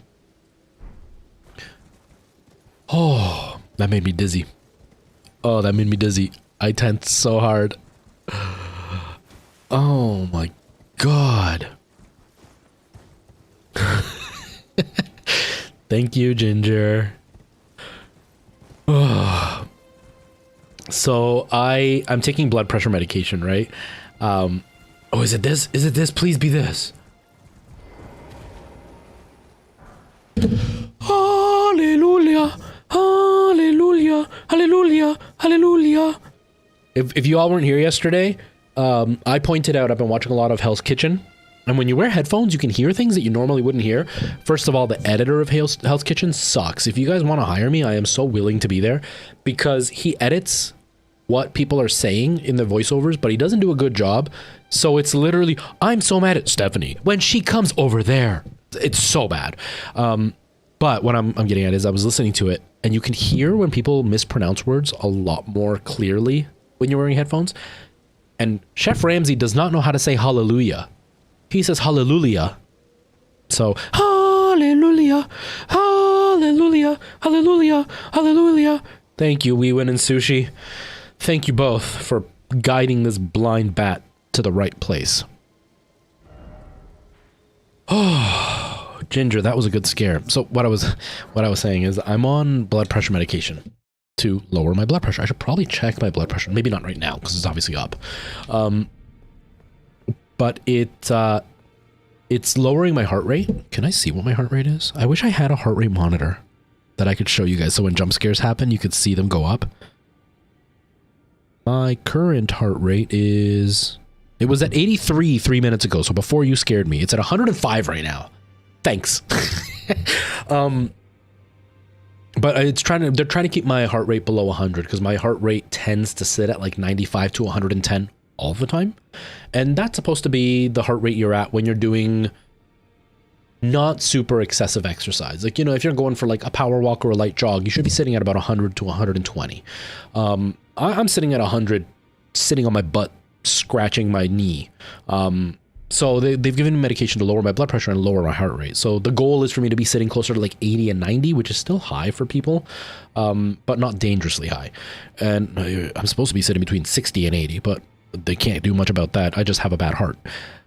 But the medication's been helping, but the problem that happens is when I'm sitting at a regular level, when my heart rate's okay and my blood pressure is at a really normal level, I start getting dizzy really easily.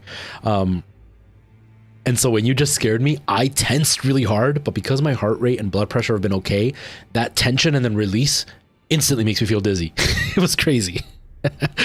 You're at 90 right now, you're wearing a Fitbit? Yeah, I've got the Apple Watch to keep track of it. But yeah, I sit at like 100 between 90 when I'm like laying down and relaxing and like 110 when I'm just sitting up. And even at work, when I'm just walking around, it's like at 120, which isn't good. 90, it's high, but it's a safe high. Like you're still not in like a danger zone. If you're over 100 is when they start worrying if you're doing nothing and you're sitting at over 100, which was the problem I was having is my blood pressure was high and my heart rate was high. So I was a disaster waiting to happen. So the medication they have me now is to lower my heart rate. But yeah, that tension and release instantly made me go, whew. Because I'm Ginger and I have no heart or soul. Oh, okay, let's level up. Let's level up. Oh. But I missed that about jump scares is that jump and freak out. I want to get a heart monitor eventually that I can show on screen so you can see when I'm playing horror games and see where my heart rate is. Okay. Well, where have you been hiding? I've been trying to get a sunburst stone for you. It's all the same. It's not all the same. If it was all the same, you would have taken the somber stones I have. But you don't. You refuse them. So it's not the same. You jerk. Thank you. And I can go to 2. And I can't go to 3. I don't have 3. That's okay. But we went up twice. We went up twice! And you're restarting. Oh my gosh, Sushi.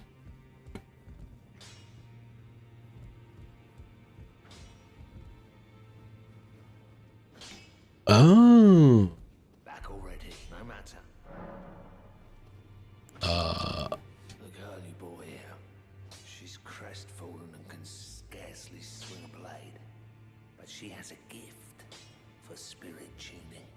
Yeah, I've heard that there's a way to do it. Elemental P. I gotta Elemental P. I gotta figure out a way to do it. I'm gonna see if I can do it through my Apple Watch because everything I had read was you needed to buy a separate thing with an app and everything. But if there is a way to do it with the Apple Watch, I'll find a way because yeah, I'm not doing a lot of horror right now. When everything shifts in the future, I'm hoping that I can do horror with more people around. I'll do it a little bit earlier than what I've been doing it, like start at 8 o'clock instead of 10. Ginger, there it is. There it is. Thank you, dude. I appreciate that, man. Seriously. Thank you, man. Okay, go back and forth to the girl. Okay, so the girl is by the fire. Okay. Like by this thing? This girl? Greetings. Nice to see you again. My name is Roderick. Yeah. I should have told you sooner. Isn't this place impressive though? Uh-oh. Tables hold, Yeah, the close and reopen. Oh, okay, Ginger, okay. and gathering place of champions who vie to become Elden Lord. I never knew the guidance bestowed upon us tarnished had such fantastic roots, although it's all a bit much for me, in truth. I'm still looking for my own purpose. But yeah, if I start my streams earlier, like at around 8 instead of 10, when the time comes, nowhere near now, it's going to be like 4 months, then maybe more people will be around for the scary streams, and then maybe it'll be a little bit better for me to get immersed. I'm going to do a different setup, so maybe I can have better lighting so I can feel more immersed for the streams. And then maybe we can go back to me being scared while I'm playing. I'm also highly, highly considering holding off on buying Resident Evil 4, even though the hype will be dead by the time I play it, until I can get a PSVR and I can play it in PSVR. So I can have that much more immersive experience of being in VR while playing Resident Evil 4 and have more of that scary factor. And then see how that goes, maybe? I don't know. Because I want more of like the scary feeling. Right now we're playing Dead Space and it is scary, but I'm not immersing myself in it. I'm not allowing myself to get scared. Mind you, Nora's asleep when I'm doing it. All my lights are on. And so like I don't feel comfortable fully letting myself get immersed. Plus, you know, the new ADHD medications have really changed the way that I immerse myself in things. So I need to work that out, but that's going to be more in the summertime. Because I would really like to bring back the jump scares and bring back being freaked out. And if I can find a way to get my Apple Watch to show the heart rate on screen, I think it would be really cool so everybody could see where my heart rate is sitting. And it can almost become a game to get my heart rate up, getting me scared type of thing, right? Or like you can calculate when I'm already kind of tense and then do a jump scare and get me over the edge type of thing, you know? Okay, we win. Yeah, send that to me. You also have ADHD? Tell her? Okay. Telling me I possess some kind of gift. I've been playing with Skyrim today. Believe you. Trying to download mods on Xbox. Oh my god. Do with this talent, I and goodness knows it would be my first. have Skyrim on Shouldn't I? PC, but the VR version. To teach me And I played it certain before I got into VR. and holds no And so it was really impressive when I first played it. Now that I've played a lot of VR and I've gone back to it, it's not as impressive anymore because it's missing a lot of the features that regular VR games have. But to get it to work, you need to modify it. And I've tried, and it's so hard to get things to work the way you want. So like I haven't really gotten into Skyrim again because I don't have the patience for the modding thing. So my hat goes off to you trying to get the modding stuff to work. Now I'm going to talk to the smith. Okay. But yeah, I have ADHD, Sushi, and I was more of the ADHD that was in my brain. It wasn't a physical thing. I wasn't one of those people that was like bouncing off the walls and stuff. I was one of those that my brain just like went on and on and on, and like I would fixate on things. And one of the things that I had, which made it harder, was my ADHD showed up as a lot of like depressive symptoms. So they always treated it as depression, but the depression treatments never worked for me. It just never helped in any way. And one of the things like with therapy is really good for a lot of people, especially with depression and stuff. But one of the things with therapy for me was I hate being talked to like I am an infant, or like I hate that soft conversation. Sometimes I want to just talk to me like a person, right? Don't be like, yes, oh, that's a terrible feeling, and how does that make you feel? I don't like that. Just if I say, you know, like I feel really bad because I don't know, I don't like the way that my feet look. I'm making something up. I don't want them to be like, oh, okay, I'm sorry about that. I don't want that. Just be like, okay, why do you feel that way? Let's just be upfront about it, right? So I hate therapy for that. It turns more into the spectrum thing because I've already gone through all the basics of it. I want to get more in depth. So like depressive stuff didn't help. And then I started to learn about a lot of ADHD stuff because my daughter has it and she has like a very severe case of it. And And so I was doing a lot of research. We had parent coaches come in to help us kind of deal with some of her behaviors. And then we dealt with a therapist who was specialized in ADHD and some of the disorders that she deals with. And so I started researching a lot and I started to learn a lot. And the interesting part was the things I was reading about her matched up with a lot of the stuff that I was dealing with. But traditionally, the symptoms that I have are seen more in girls and they're not really seen in men. In boys. The boy ADHD tends to show itself more in the hyperactivity, in the bouncing off the walls, in the distractions. Whereas for me, I would get distracted, but I would be distracted because I was so focused on one thing. It wasn't like I'd be like talking to you and all of a sudden, oh, wow. I was more like, I'm doing this. I know I'm supposed to be doing that in a second, but I'm doing this. And then the next thing I know, it's been 2 hours and I'm still doing this when I was supposed to be doing that an hour ago. And my brain is just constantly on the go. And so it was really, really uncommon symptoms that I had. But as I read about my daughter, I was like, all this stuff fits in. So I talked to my doctor about it and they put me on a medication and instantly it helped with the depressive feelings. They almost all went away. It was really, really impressive to see how well I did. But the medication was really expensive and my heart rate shot up because of it. And so then he took me off that medication and then gave me an antidepressant with a stimulant in it, which is usually what they give somebody who's dealing with ADHD and depression. But it had a horrendous effect on me. It like filled me with rage. It made me incredibly moody. And so I was like, no, I can't be on this because it's scary how angry I'm getting. And so then he took me off of it and put me on a different ADHD medication. And the antidepressant results weren't as good as the first one, but it was definitely better than an antidepressant. And so I'm at that point now where the medication's been upped. It's definitely helped with the depressive feelings. But now it's changed the way that I interact with things. Like with streams, I talk a lot more than I used to. And like I said, I don't get as immersed in video games as I used to. Not that I don't get immersed, it's just that I'm appreciating the game in a different way. And so like scary games are not scaring me like they used to. Instead, I can react to a jump scare, but I'm not on the edge of my seat the whole time I'm playing. Whereas before, I used to be on the edge of my seat the whole time. But there's a lot of stuff going on in life right now, so I think I'm mostly distracted because of life. But yeah, the ADHD thing was really interesting because my symptoms were so different. And then once I got that under control, now the ADHD is in a lot of a better place. There's been a lot of spectrum stuff that's been popping up. And that's now becoming something that the doctor thinks might be going on. But because I'm an adult, they don't really easily diagnose adults. They also, in my area, they don't do it for free for adults. And there's not many doctors that even deal with adults. So the doctor that's relatively close to me is about a 3-hour drive away. They charge about $600 and they've got about a 5-year waiting period, 5 or 6 year waiting period before I can see them. All to get a piece of paper.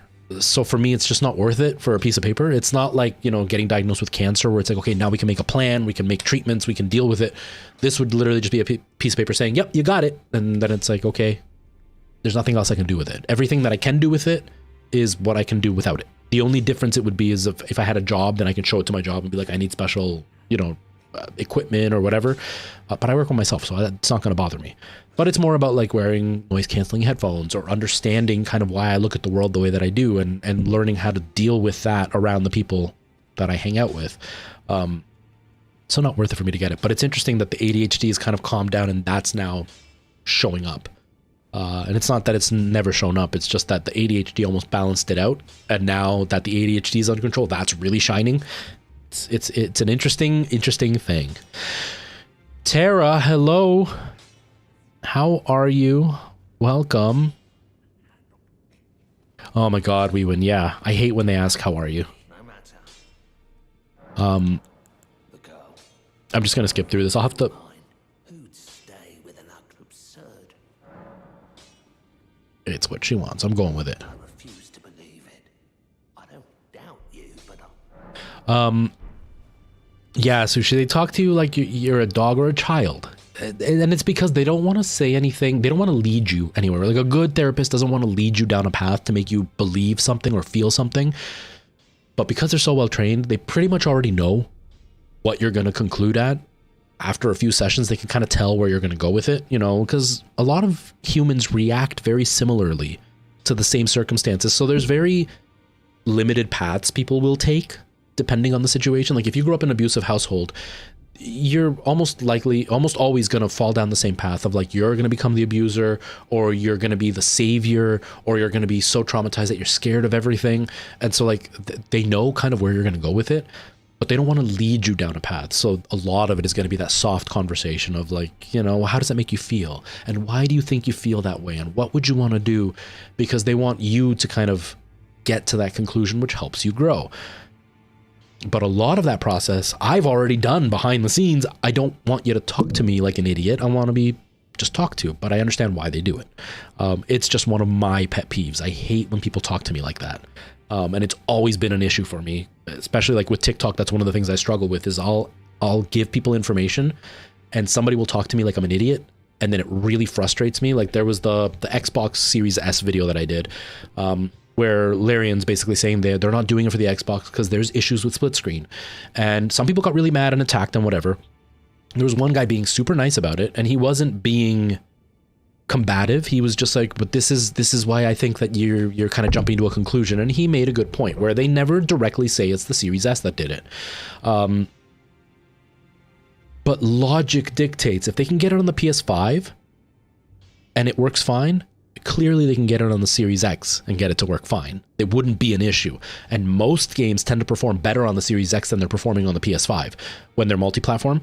So it's illogical to think that the reason it's not working on split screen is because of the Series X. It's very clear it's the Series S. It's the underpowered system. So it's really frustrating when it's like, it's really obvious that that's what's happening.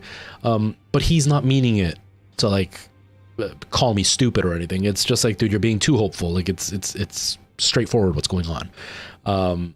But it's that whole being talked down to that really bothers me. And so when it comes to therapy, that soft talk feels that way to me, and it really bothers me. So it's irritating for me to deal with therapists. And the last couple of times I had experiences with therapists, they weren't good experiences. So I've always been kind of not a fan of seeing therapists, but I'm hoping to be able to see one once I get health insurance, because I think I'm at a good point now where things are so much under control that now the next step is just therapy to deal with everything that I've been through to kind of get past it. So, not a bad thing. It looks like RDC, thank you. That's super kind of you. That's actually like one of the nicest things. It's funny that like I do this for me. I do this for anybody on TikTok, YouTube. RDC just came in and said that my production quality is too high for TikTok. It looks like $1 million setup.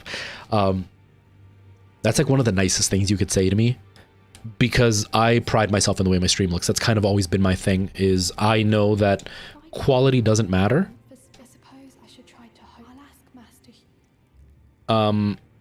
Master. Quality doesn't really matter, but I like high quality. I've done photography for a long time. I was a sound tech for a long time. So quality is just kind of something I like. So when somebody points it out, I really appreciate it. It's definitely not a cheap setup. I really don't suggest for most people to do this kind of setup, but I'm glad you appreciate it. It makes me feel good. That can make my day. So thank you. Thank you very much. You were glad you were diagnosed as a child. You know what, The Dark? I think times are changing, which is really nice, because when I was a kid being diagnosed with something, even like ADHD, you were automatically seen as like a pariah, as an outcast. You were kind of instantly bullied. Because you weren't seen as normal. And so that instantly made you a target, which really sucked, because sometimes, like, my brother is the coolest guy in the world. He's one of the nicest guys, but he had ADHD. And so like that comes with its own set of things people believe. But we're in a time now, and this is why I talk so openly about it, is because we're in a time now where more and more people are realizing that they were dealing with this too. And life could have been so much better had they have had the tools from the start.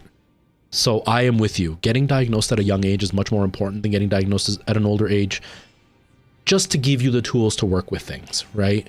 There are still a lot of people my age that think that all we're trying to do is label our kids, and that's not what it is. My logic behind it is like, my daughter has a lot of struggles. Had we not gone through all the work to get her diagnosed with everything that she has, she would not be doing well in school. She potentially would have failed out eventually. and then ended up working a dead-end job, earning next to nothing, struggling to stay, you know, alive, basically. But now we know that she has these struggles, and now we know we can change the way that we approach things. We can change how school is going to approach things to give her the best chance possible to do something. Whether that ends up being her working at McDonald's the rest of her life or becoming a, you know, a psychiatrist or something, it's up to her because now she has the tools to work with it. So I do think getting somebody diagnosed at a young age will at least give them the better chance to have some kind of choice in their life versus somebody like me. Now, mind you, I was intelligent, so I got lucky that I was able to get through school without any major struggles. But like, there are a lot of things in my life that didn't work out because I didn't know what obstacles I had. And because of those obstacles, I wasn't able to do certain things that I really wanted to. So like I've said this a lot, I wanted to be an actor. I went to school for theater. I was pursuing it very adamantly without knowing that I was potentially, I feel really weird saying that I'm on it because I don't know, just part of my brain is like, I feel like a fraud. But because of the spectrum thing and the ADHD thing, I have struggles when it comes to socializing. I have a really hard time understanding people.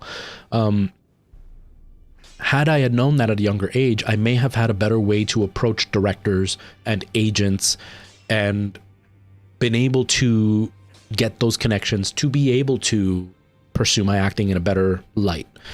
Whereas before, I was just weird. I was just hard to deal with. And so then people didn't want to work with me. And so agents never had interest in me. And directors didn't really keep in touch with me. And because I was always told that I was the weird one, I almost took offense to them not wanting to be around me. And now that I kind of know where I stand, I don't take offense to it. Now I look at it as okay, clearly I am not being seen the way that I mean to be seen. So I need to do something to make it easier for them, but also approach things in a way that's going to make it easier for me to connect with them. And that would have made a big difference if I was 20 years old knowing this, because then I wouldn't have made so many, not enemies, but people that didn't want to help me because they didn't like who I was. So I'm glad that you were able to learn it at a young age, so that way you can kind of find the best way to approach things now that you're getting older. Do you know what I mean? My setup is top-notch, Tara. That's so kind of you. All right, Macrotone, see you later. I'm probably going to be done in the next little while. I've been live for an hour and 45 minutes. I've maybe a half an hour left, and then I got to stop because I got to get ready to like make dinner and stuff soon. Oh, but thank you, Tara. Tara, I hope life has been going well. It's always nice to see when I see the random pop-up on TikTok of one of your videos. Back already. I hope school's going okay. Lay out your arms. Okay, so I talked. I don't think he has anything to say about her. Maybe now if I talk to her, she'll let me do it? I don't know. School is going great. Now, are the stars great as in like you're like highlighting great because like it's really great, or great as in like you're kind of hitting a wall right now and feeling a little bit burnt out and going, it's great? Because I hit that wall so many times in nursing school. Talent, I suppose I should. I'll ask Master Hugh. Because I remember there was a point there in nursing school where like, even though I was the top of my class, I was just coming up against the wall. Nothing else would fit in my brain. It was so hard when I would be up at like 2 a.m. still trying to study for a test, and it just, none of it was sticking. It kind of sucked. Your arms. You're ready for the, yeah. It's exhausting and it's weird. Hi, Hanneman. Hello, welcome. How are you? I'm playing on PC. It's exhausting, and you're I think you're either a year younger than me or like you're my age. I think you're my age. And as you get older, it's harder to keep up, don't you find? Like I can work better now because I can definitely sit and study now where I couldn't do that as a kid. But it's a lot harder to keep up. I find that the young kids are able to absorb things way easier than I could. And not that my brain is slower, it's just that and because I'm older now, I'm almost able to look ahead of like what I'm being taught now, and I'm trying to make sure that I absorb it 100% because I know it's going to be important down the road. Whereas I was a kid, I absorbed just what the teacher said and I never looked deeper into it because whatever. I figured I was going to learn what I needed to learn and that was it. Whereas now it's like, no, I know that the more I know, the better I'm going to do for the next step, because if this is really solid, the next step will be more solid. Whereas if I'm kind of shaky on this first lesson, the next lesson's also going to be shaky. So I always struggle. So by the end of the semester, yeah, I'm usually hitting that wall of like, okay, I just want this to be over. I need a break. I need to take a breather. I need a break from the people around me and just like chill out and deal with life for a little bit. Yeah, Hanuman, it's on PC. I've got the settings turned down fairly low because I'm streaming both to TikTok and YouTube and Twitch. Plus I'm running off the PC, so it's pretty hard on my PC, so I've got the settings down pretty low. Close to the smith again. Okay, okay. Sam Puzzling, thank you for the follow. I really appreciate that. Thank you, thank you, thank you. Okay. There's no grace in here, right? So maybe out here? Oh no! Oh, that was close. Oh, that was close. Do I have enough? I don't. That was really close. Whew, that was really close.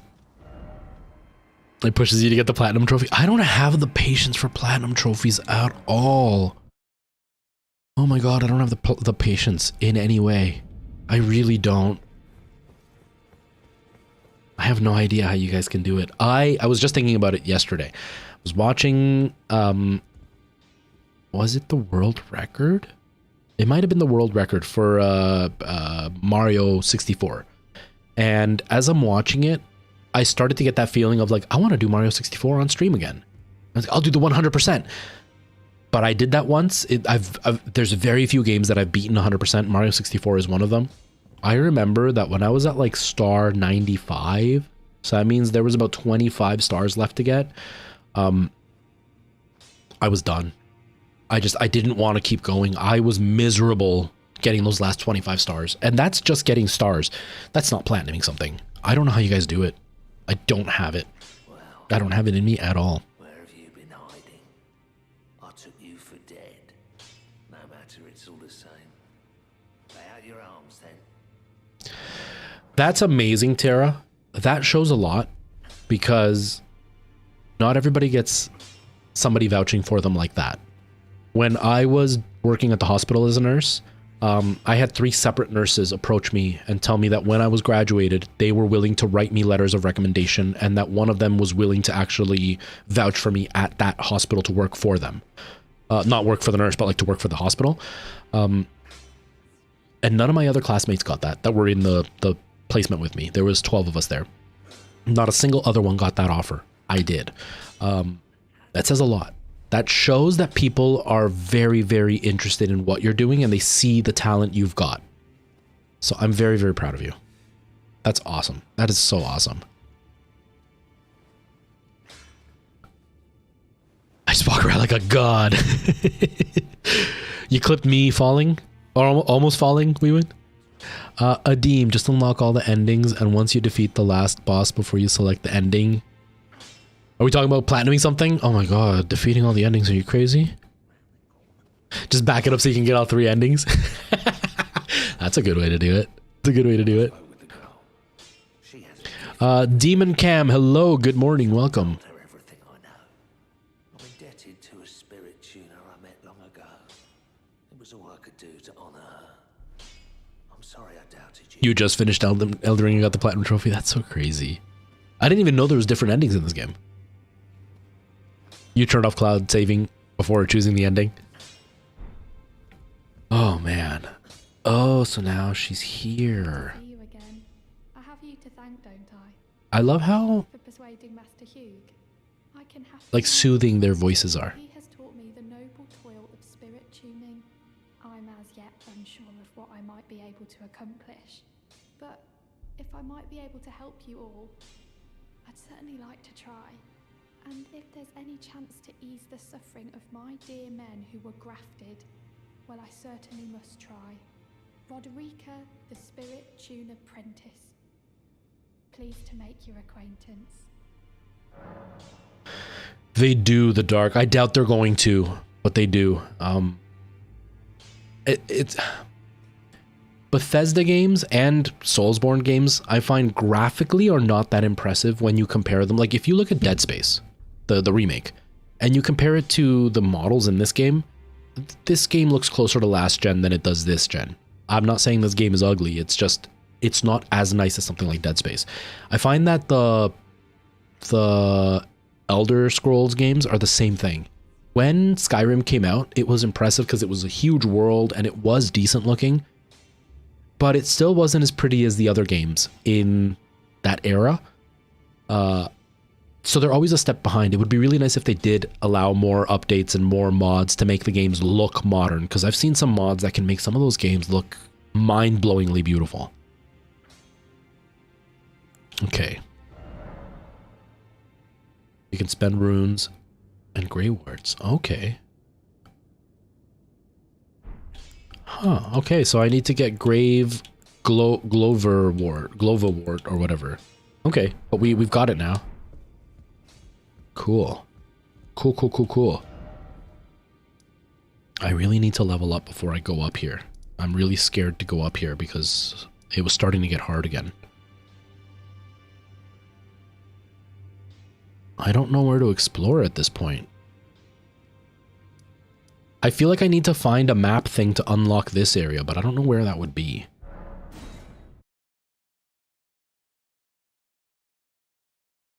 But yeah, Tara, I'm really proud of you. I'm glad that you're doing as well as you are, and that even though you're kind of reaching your end for the semester or for the year, that you're making such a good impression on people. I'm not surprised that you are, but it's just nice to have that confirmation that you're making such a good impression on your teachers and on the people that are going to be your peers, that they want you to continue to work with them. That's cool. That's really cool.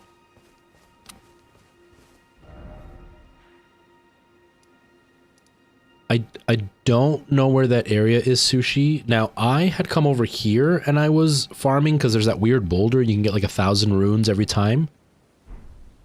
But I don't want to farm on stream just because it's boring for everybody to watch me literally do the exact same thing over and over and over again. That's one benefit to ADHD. I can literally spend hours leveling up. That's what I used to do in Dark Souls 1. I would spend 3-4 hours just leveling up. Or I played Final Fantasy VIII a few months back and I beat it. And I literally spent, I think it was something close to like 10 hours just leveling up my characters to get them to 100.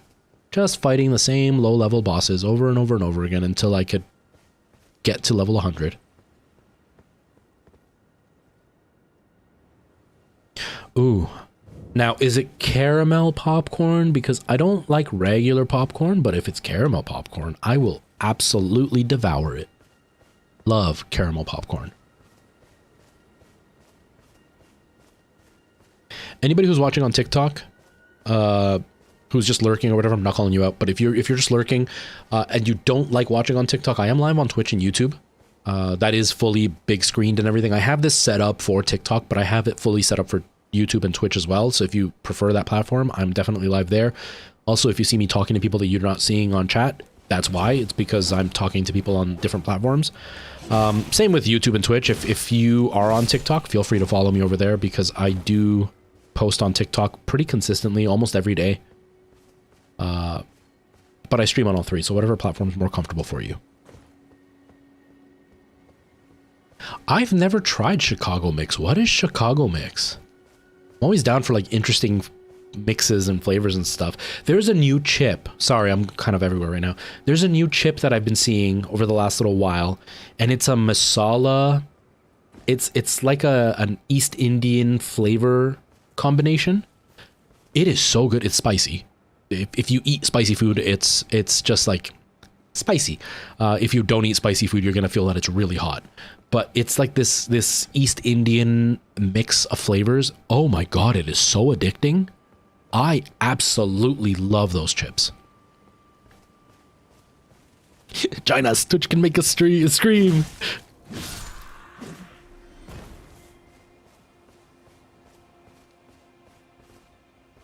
Oh my god. Ginger, how are you liking D&D? I have wanted to play D&D for so long. I've been really, really interested in trying it. Now, a couple of the reasons I didn't is because I'm so bad with socializing, and I find that a lot of people who are really into that, they have an energy that I just can't cope with very much. Do you know what I mean? But this is me generalizing, because obviously you're not one of those people. But you know that there's like the very close-knit, very opinionated group that can play those games, and it's just a lot of energy, and I burn out really quickly, and then I just become bitter. So I kind of kept my distance. I'm also really bad at board games, card games, anything like that, because I get distracted and then I get bored very easily.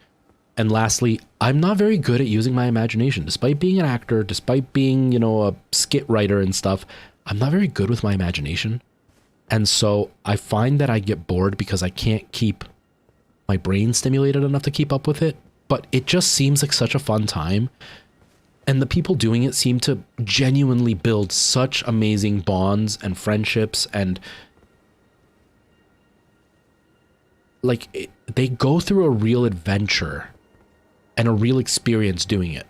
I've always been curious to try. Always. It's become my personality. Oh man, I really want to try. I feel like it would be a lot for me to handle personality-wise. This is why I want to start doing like my community acting again, you know, casual stuff, just to get myself accustomed to being around people again. Because I was always fairly antisocial, but with the pandemic, I became like insanely antisocial. It was almost scary how antisocial I became. And so like I need to work my way back into it, but I really want to experience something like that. I think it would just be a really fun time.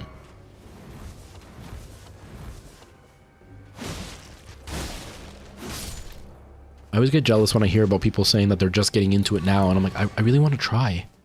I want to try.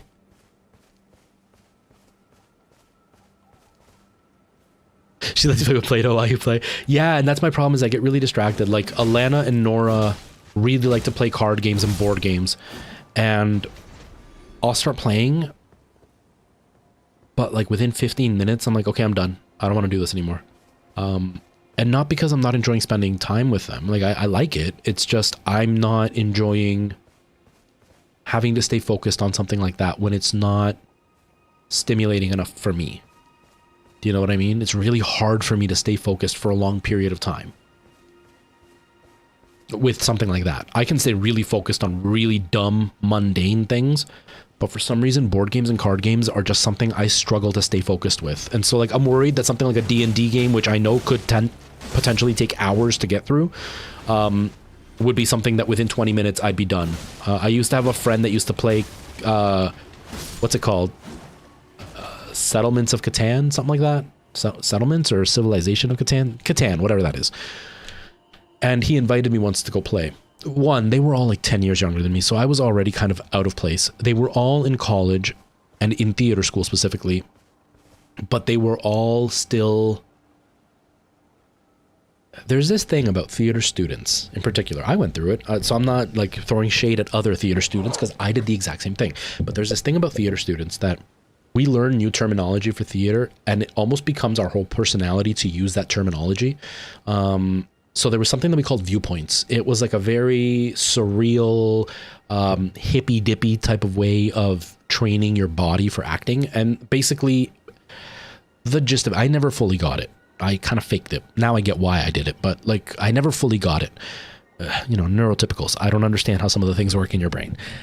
But it was a lot about action and reaction. And so what you would do is you would imagine a grid on the floor, and you would expect to be moving within that grid. And you would have multiple people on the grid. It wasn't a real grid. You just kind of pictured what it would be like. And you would be walking along, and somebody would do something, and you would just kind of react however your body wanted to. A lot of it turned into just kind of doing what your body felt, which usually consisted of like somebody sitting down, somebody standing up, somebody putting their arm in the air, somebody crawling, and it was just like random stuff like that. And what we were expected to do as the participants watching was see how things would subconsciously connect. And so like sometimes two people would sit at the exact same time, or somebody would sit as somebody was standing at the exact same time. And so it was to teach you to almost allow your body to just react to the circumstance, which the whole point was on stage when something is happening, people have this misconception that when you act, you have to memorize how you're delivering the lines because you want it exactly the same every time. But all you can really control is what your intention is behind delivering the line. And a lot of habit that amateur actors fall into is they memorize how to react to somebody else's line. And so the viewpoints was more to react on the spot, because the truth is that you can say something like, I don't know what we're going to do now, in a bunch of different ways, and each one can mean something totally different. Like you can be really happy and be, I don't know what we're going to do now. And you could think, oh, he just won the lottery and now he doesn't know what he's going to do because he's got all this money. Or I could be like, I don't know what we're going to do now because he just went through a breakup. Or he can be like, I don't know what we're going to do now because he just killed somebody and he doesn't know how to react to it. So like that exact same line can mean totally different things. And you might picture it in me being happy because I won $1 million, but I might deliver it like I just killed somebody. And it won't make sense for you to react positively if I sent it negatively. So viewpoints was about that. So anyways, what I'm getting at is when I was hanging out with these guys, they were still learning a lot of those techniques. And so they were very obsessed with them. And so they used a lot of terminology of like, oh my God, I was in it in that moment. I was just, and like I was just reacting, and it just became very irritating because those are tools you're supposed to use to help you kind of live in the moment. In honor of Tara being here. Oh my God, that scared me. Preston, welcome to having me scream. Welcome. Yeah, Settlers Catan, that's what it was. So they used a lot of the popular terms. Preston knows this because he did the theater thing, how like student actors tend to like use like the lingo for everything and everything, like, oh man, I love doing that scene, you were so in it. It's just like, yeah, okay. I was thinking about my groceries and when I was on stage giving that line, but whatever.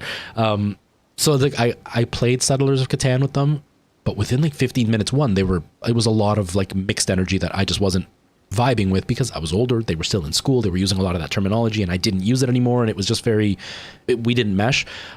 But I also couldn't keep concentrated. So within like 15 minutes, I was like, I don't want to play Settlers of Catan anymore. Not because the game wasn't fun. The first 15 minutes were amazing. But then I was like, yeah, I'm done. I'm burnt out. I don't want to do this anymore. And at first I thought it was just me being a downer. Which part of it is probably that.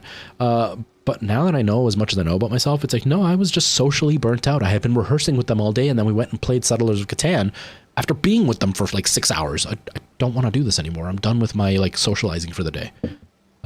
So interesting. You know exactly what I'm talking about, right? And like there is lingo, like there are moments where even I'll be like, yeah, like I was really in it that time. But there's like this passion and excitement from student actors, but they use the lingo, and I don't know if it's like my neurodivergent butt that doesn't understand it, but it almost feels like they're faking it. You know what I mean? Because they're just so excited because they learned something new. I still have friends now from college that I've talked to, it's been a while now, but that I would talk to randomly, and they would still bring up that they wanted to get together with a bunch of actors and still do some viewpoints exercises. And I'm just like, why? That was just supposed to teach you to like react to the moment, not actually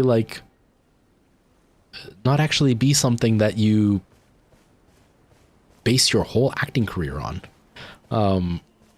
There was a couple of other ones that we learned, and I was just like, yeah, I get what the lesson is supposed to be, but like some of these student actors were so obsessed with it. It was crazy, and I just couldn't deal with it. Sushi, thank you for the follow. I appreciate that. Is that Sushi from TikTok over here on this side too?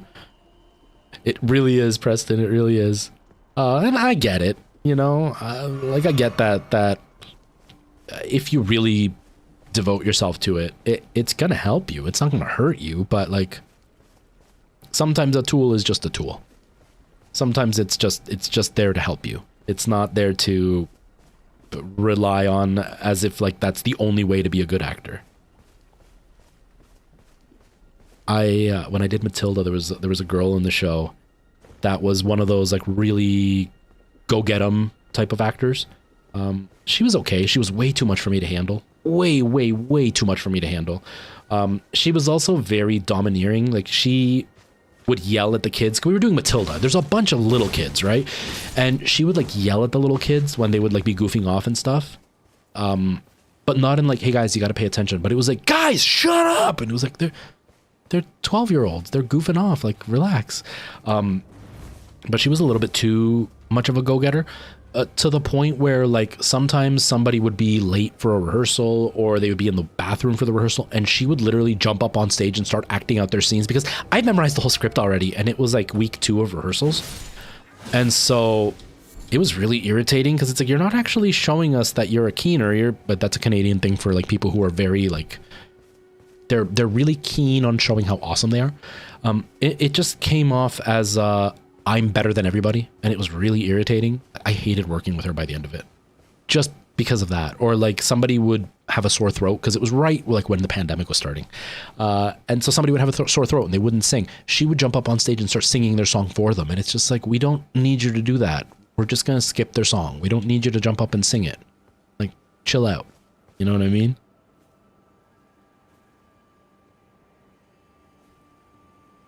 Exactly, Preston. Exactly.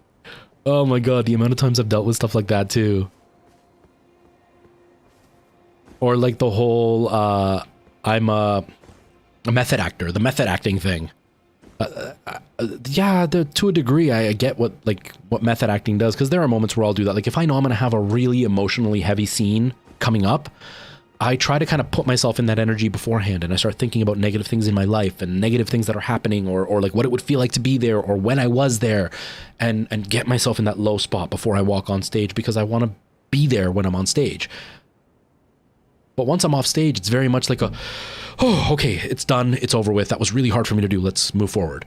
But some of them are like, no, the guy that did Elvis, now all of a sudden he talks like this, but he never talked like that. And in every interview, I don't hear my voice is different. Bull, dude. You did that on purpose, and now you're kind of milking it. There's no way your voice changed that drastically without you intentionally doing it.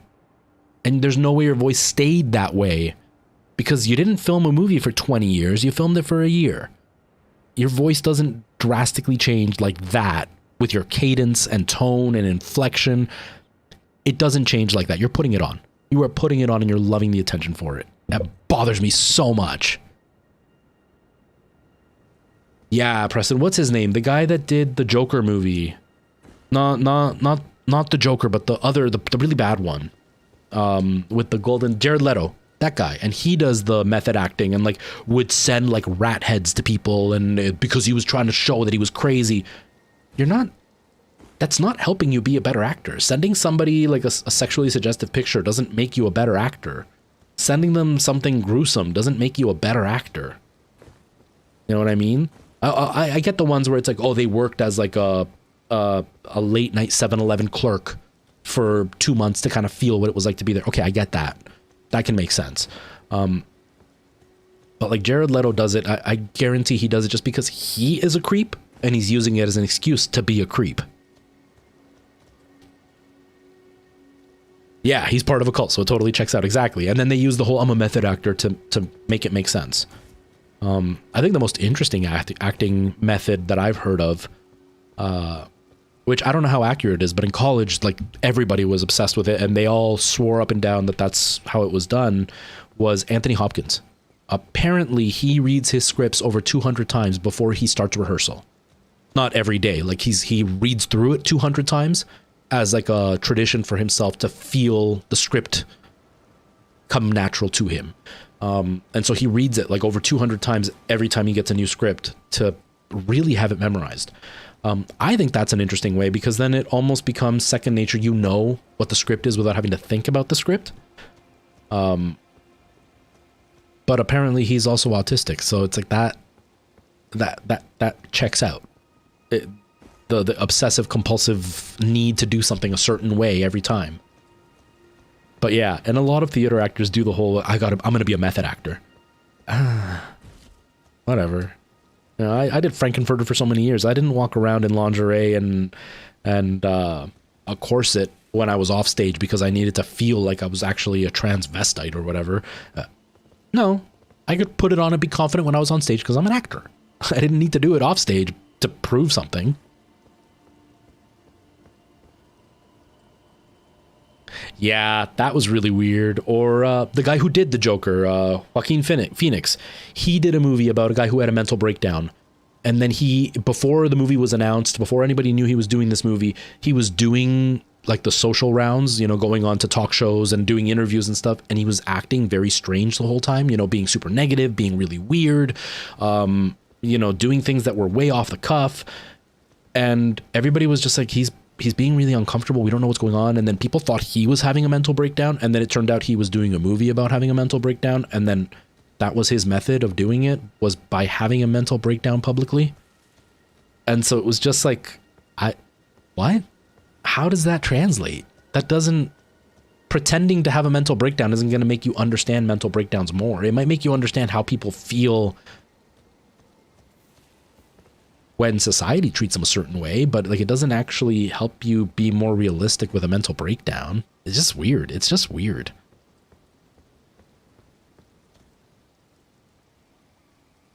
Yeah, Ginger, exactly. Or I know that Johnny Depp, when he did Fear and Loathing in Las Vegas, during like the in-between for scenes, apparently he would sit in his car with the windows rolled up with the heat turned all the way up. When they were doing like the desert scene. I only watched the movie once. I don't get what the big hype in the movie is, but whatever. But he would sit in the car with the heat turned on in the middle of Las Vegas to like work out a sweat because he wanted to feel that like insane level of heat and disparity so he could film the scene where he's supposed to be feeling the heat and disparity. But once you get to that level, is that really acting? You're not acting. You're just reacting to what physically is happening to you for real. And the whole point of acting is pretending like it's happening to you for real, but it's not actually happening to you for real. That's when it starts getting to the point where it's like, that's not healthy mentally or physically. It's, yeah, the acting world is full of some really interesting people. But apparently it works because guys like Johnny Depp were on top for a really long time. Despite nobody really liking anything Jared Leto does, he still gets work. So like apparently part of it works, you know?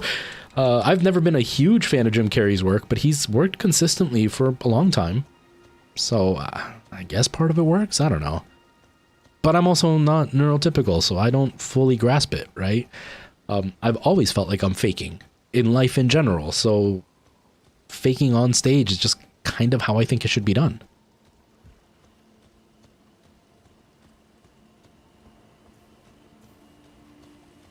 JD filming in France for a new movie.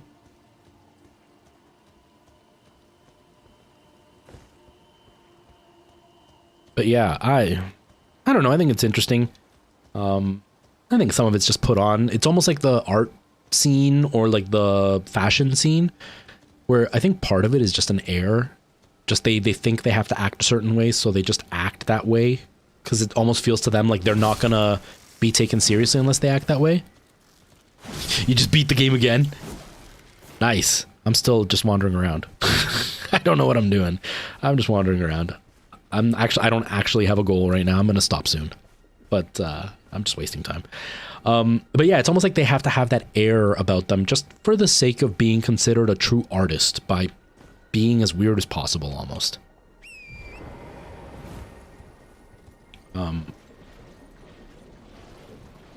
You know, because like, it's like when you see those runway models, the fashion shows, and you see somebody wearing like a couch on the runway. Nobody's going to wear that.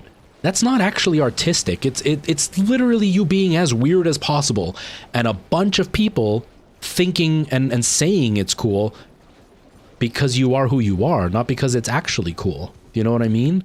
You don't see anybody walking down the street with a couch on their head, but they'll do that in fashion models. And because, you know, Versace is doing it, he's speaking about the suppression of people's freedom and how the couch is holding them down. No, he's not. He's literally going, how can I be stupid? We'll put a couch on their head. Watch these idiots fall for it.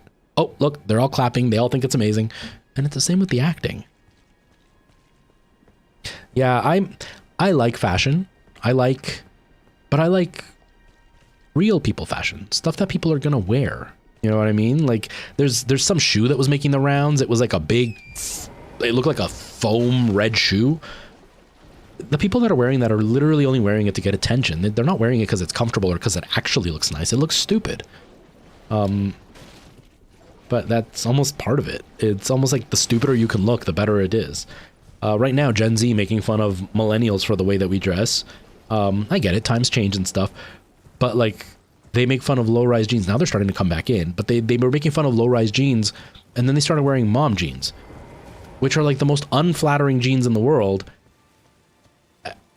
And that was literally what we made fun of. So you are wearing what we thought looked stupid, and then telling us we're stupid for thinking that it looks stupid. But it's just for the fad of it. It's not actually because one looks better than the other. Fashion is weird. Your fashion style is more like the 90s. I don't know where I am with my fashion. I don't really know what's fashionable anymore. I used to just kind of copy my friends, and now I don't really know where to look. That's why I made that TikTok about it. And so like I've heard look up on TikTok for men's fashion and stuff. The problem is that TikTok is a lot of younger guys, and I am not going to work on fashion that's supposed to be for like a 20-year-old, because I don't want to be that guy that's in his 30s pretending like he's 20 and end up looking stupid. But a lot of the guys my age are still dressing like they did when they were in high school, and that looks just as stupid. And so like I don't know how to dress. I just kind of wear whatever. I'm also losing a lot of weight, so I don't know what's going to look good on my body right now. I'm just kind of throwing on whatever I have in my closet until my weight settles down finally. Your fashion belongs on the farm and you're okay with it. Future, hello, nice to see you, welcome. Yeah, I've always liked fashion. I've always liked being fashionable and looking good. You know, when I was younger, I was very much into making sure that I wore like something that was cool at the time and that kind of suited what kind of style window I was falling into. Because for a while I did like the gangster thing where I was wearing like baggy pants and I wore oversized clothing and stuff like that. And then I went into, here we called it the Gino look, which was more like the European, Italian inspired stuff. So I was wearing like tight clothing. There was some flared out pants, almost like bell bottoms, but not quite as extreme as bell bottoms. You know, I wore the shirts that were a couple sizes too small and it was like halfway unbuttoned. I did like the bra strap on my head as a head strap, and my hair was perfectly spiked. And I wore like these weird shoes that were almost like, they were really long, but they were very squared off and flat. They were objectively ugly, but in their ugliness, they look good type of thing. You know, I've always been the kind that like I wore multiple rings. I always had like necklaces and stuff on. My earrings were always on. Now I still wear a necklace, but this is my grandfather's. I don't really wear rings anymore because the rings that I have don't fit anymore, but I still like wearing them. So I was always into fashion, but as I got older, one, I didn't have the time or the energy to do it. Two, I didn't have the money to do it. And three, I eventually got to a point where I had gained so much weight that anything that I would have wanted to wear would not have looked flattering on me. And so I just kind of stopped trying. And because I wasn't socializing, I wasn't dating, I wasn't doing the acting thing, I didn't have a need to try to look good. So I just kind of let it fall apart. But now, you know, I've lost over 40 pounds. I'm going to be getting back into the acting thing. I'm going to hopefully start socializing again. I'm going to be doing a lot more social media in the near future. I'm going to have to start being fashionable again. So I have to kind of get back into it, but it's weird after so many years, you know? You love the flared up pants. Yeah, the skater look was really popular. It wasn't so popular in the school I went to. I went to a school that was predominantly people of color, mostly black, but then there were a decent sized group of Hispanic people and a decent sized group of Asian people. But there was a very small group of white people. And so in my school in particular, the skater look was for the white guys. And so none of us wore it. None of us dressed that way except for the white guys. And so I never connected with it. So now when I see TikTok of like the emo look and how people are like, oh, I wish I was in the 2000s when the emo look was in. At my school, if you were an emo, you were mocked relentlessly. Like you were really made fun of for being that kind of kid. If you wore the skater look, you were made fun of relentlessly. And so for me, that fashion has never been a cool fashion. It was as bad as like when we were growing up, the nerd look, you know, like the button all the way up with the big glasses and the braces and the combed hair. It was comparable to that. And so like now that I hear people like looking back at it and reminiscing, I'm like, it was never cool at my school. That's so weird. But I also went to a school with almost everybody was of color. And so that wasn't our fashion. I didn't grow up with punk rock.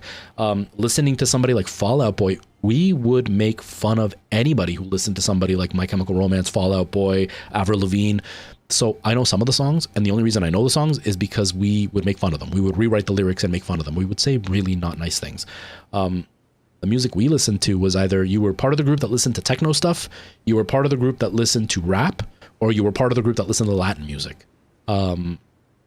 And we all respected each other. Techno still got made fun of quite a bit, but like rap and Latin music respected each other 100%. You could walk down one hallway and you'd have like a bunch of guys listening to like full blown rap, or Jamaican, like dance hall, reggae, that kind of stuff. And then you'd walk down the other hall and it would be all Latin music and a bunch of Latinos dancing in the hallway. So we mutually respected each other, but the skater look was never in the school I went to. So it was never something that I considered, and I've never dressed that way, and I can't connect with it. I see a lot of these videos of like, you're a 90s kid if you dress this way, and then they name a whole bunch of stuff, and I'm like, nope, never dressed that way. I never wore the really big pants that were ripped at the bottom and soaked up to your knee because they were so huge. We made fun of kids like that. You know, I never had like the chain to my wallet, never did that. I never had the big poofy skater shoes. I made fun of those. I thought they were the ugliest shoes in the world. So it was weird. I had like this disconnect because I didn't go to a school that was like that. Now, almost every other school is predominantly white. There was one school that was predominantly Vietnamese, and then every other school was pretty much white. And then there was my school that was predominantly black, and then other people of color were all there, but it was in the inner city. It was the poorest part of the city, and it was the most dangerous part of the city. So the school was not a good school to go to. My first day there, we were under lockdown because a kid got put in a coma because he got beat with a lock in a sock. It was an intense school to go to. And I'm in Canada. Weapons are not common here. But I had one guy threaten me with a gun, and then I had another guy later on, this was two separate events, show me a gun because somebody was threatening to beat me up, and he was my best friend at the time. He was her boyfriend, and so he showed me his gun, and he's like, if they do anything, I've got your back. So that's the kind of school I went to, and in Canada, that's huge for somebody to have a gun. Yeah, I've had a few of my friends lose their life over fights and stuff. I saw a guy get his face like put through a glass window in school. It was a rough school to go to. It wasn't popular at any school. Everyone was waiting for it. And people realized they're jealous. Yeah, and I still don't get it. You know, I like alt girls now, like the alt look now. That's a lot more, not fashionable, but it fits better. It accentuates the right stuff, whereas like before it was just messy. Like the big like comb over hair that the girls did. Hero Maker, thank you so much for the follow. The big comb over hair that the girls did, where it was like in front of their face and it was like a wild color. I always thought that looked really ugly, and I still think that looks really ugly. But now the girls that were doing that back then are now women that stayed alt, but like they've updated the look to be more flattering. Mind you, we grew up at a time where we didn't have social media, so we didn't have anybody to really refine the look, right? Like if you look at the makeup that girls did when we were teenagers, it was really bad. But you look at like 13-year-old girls now, and they're doing the makeup that like professional makeup artists were doing when we were kids, because there's so much access to learning how to do it properly. So it's the same thing with like the alt look. I'm sure that the skater look would have been far more refined had we have had social media, where people could see the better versions of it and start working on getting it better and better until eventually it was a very refined look. Back then it was just what you would see on the magazine, and the magazines were run by a bunch of middle-aged people who were wealthy and not connected to that look, but they were kind of forcing you to believe that that's what it looked like. Try the Evergoal. Okay. I don't even know where that is. I don't know where any of these places are. I need to find out what these places are all called. I spent a lot of time just wandering around doing nothing today, but at least we leveled up our weapon, so that makes me happy. It's behind me? Okay. I think I'm gonna quit for now. Is you mean this thing? Oh, this thing. Okay. Is this a fight or a teleport? I don't know. Let's find out. And then once I'm done this, I'm probably gonna stop for the day. What sort of things have I acted in? So I was a stage actor, Future. I did a little bit of voiceover work for like a construction company. It was one of those tutorial videos. And I did a couple of short student films. Nothing crazy. Stuff like that. It was their final project, and I was hired as an actor to do some of the stuff. But most of my stuff I was on stage. And so the musicals that I've done, I did A Chorus Line, I did Grease, I did The Fantastics. That's something nobody's heard of unless you're in the musical theater world, and it was a really well-renowned show, but I did that show. I did Rent, I did Urinetown, I did Rocky Horror Show more times than I can count. I did Matilda. I'm trying to think of what else I did. I did a lot of shows. It's just hard for me to keep track of all the ones that I did, but I did a lot of musical theater. That was mainly what my thing was. All right, let's fight. We'll fight one time and then we'll quit it.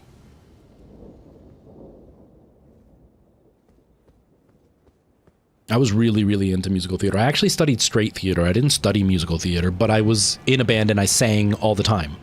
Uh-oh. And so it just kind of worked that I was doing that.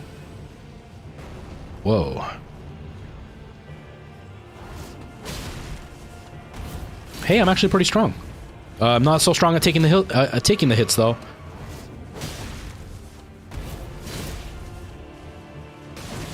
Oh god. Oh. We got almost halfway. I'm gonna try one more time. But yeah, I did do a few straight shows. I can't think of any right now. I did one that was like a bunch of mini plays within a play. And I played multiple characters. I don't remember what it was called. I did one called The Dining Room, which was also a bunch of plays within a play. Oh, God, I can't even remember. I've done a bunch of stuff.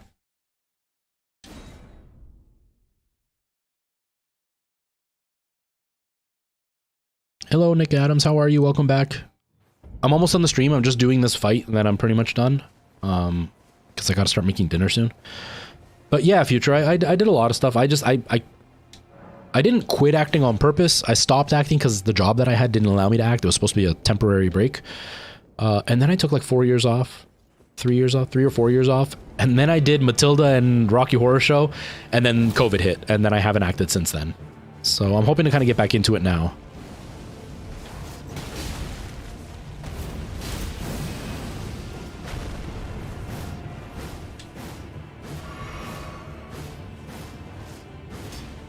Oh, my runes. Yeah, my runes. Where are they? Thank you. I always forget that.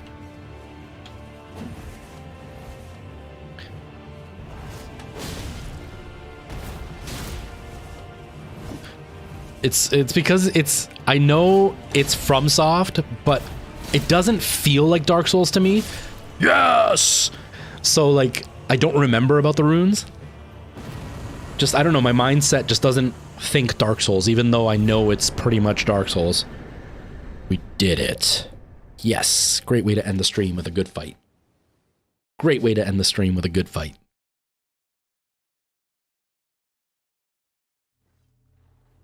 Yay! Yeah, there's been a few times that I've shown some clips of me on stage. I've got minimal stuff. I wish I still had Grease. I lost the Grease disc.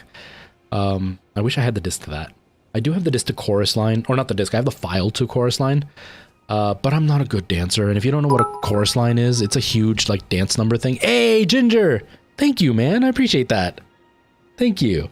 A Chorus Line is literally just, like, an audition, is what it is. It's like a bunch of people auditioning to be on a Broadway show. And then it's like the drama involved. They talk about like their life trauma, and there's like a girl that was dating the director, and then it's their whole stress. And I played a character that was married to like had just been married, and she is not a good singer. And that's kind of our thing, is that she's a terrible singer, but she's a great dancer. And I'm a terrible dancer, but I'm a good singer. And on stage, I was just really bad. So I almost never show that one. Plus the recording that they got was one of the nights that the band really screwed up in the opening number. And so like the trumpet sounds really bad that night, even though it sounded really good most nights. Preston was in that show with me, actually. But But that was a fun show to do, mainly because it was a really big cast and because I'm not a dancer, but that show made me feel like a dancer, which was really cool. Yeah, I don't have a lot of tapes of me on stage. I think I have the Fantastics, but that was the worst show I ever did. The show was good. The whole cast was insanely talented. And then there was me. At the time, I think I was at my peak. I was a very good actor at the time, a very good singer at the time. But the director wanted me as the romantic lead. Here, I'm going to switch over because I'm pretty much done. The director wanted me as the romantic lead, and he was supposed to be a younger adult, late teens type of age. I think he was supposed to be like 18 or something. At the time, I was like 23. But the girl that auditioned was 16, and she looked closer to like 14. And so it wasn't going to look right because I was 23, but I look closer to like 25-ish. And so the director couldn't really put us together. And then she chose one of my other friends who's also a very good actor. Almost always when we audition together, he goes for the same role I go for because we can both play the same characters, but we have different ways of approaching the same characters. But he's a smaller guy than me. At the time, he looked much younger than me. So he got cast as the role. But the director still really wanted me. So she cast me as the lead. And he was the narrator. He was the guy that ran the whole story. He's the star of the show, which sounds good, but he's supposed to be this creepy, usually overweight, middle-aged man. He's supposed to be in his like mid-40s, and I was 23. And at the time, I still had a lot of hair. I used to slick it back. So she kind of went for like the Latin lover thing with this character, but all of his songs are way down here. And at the time, especially, I sang a lot of really high-pitched stuff. So it really, really didn't work for me. And it was the worst performance I ever did. I'm still embarrassed about having done that show. Now that I'm older, I could definitely carry that show. But back then, I didn't have the experience, the life experience, and I didn't have the age energy that the character needed. I was still very, very young. And so it didn't work out for me. Like I'll show you the one song. There's one song that's like really, really famous of it, but like I'll show you how deep one of the songs is. That is one of the ones that I had to sing, and I had to work so hard because although my voice is relatively lower end now, I've always been a tenor. And if you don't know about singing, there's like the baritone, bass, and tenor. Those are like the three men's voices on average. And then there's countertenor, which tends to be really up there. And I was like on the brink of being a countertenor. I could hit almost every note. I was like 1 or 2 notes below a countertenor. So my voice was really, really high pitched. Like I would sing up here all the time, and I can still hit it pretty easily now. But I could also do falsetto and jump way up there. So when they gave me this, which is usually a bass sings this show, it was really hard for me to get down there and not sound like this when I was singing, because my voice didn't go that deep. But like, hold on.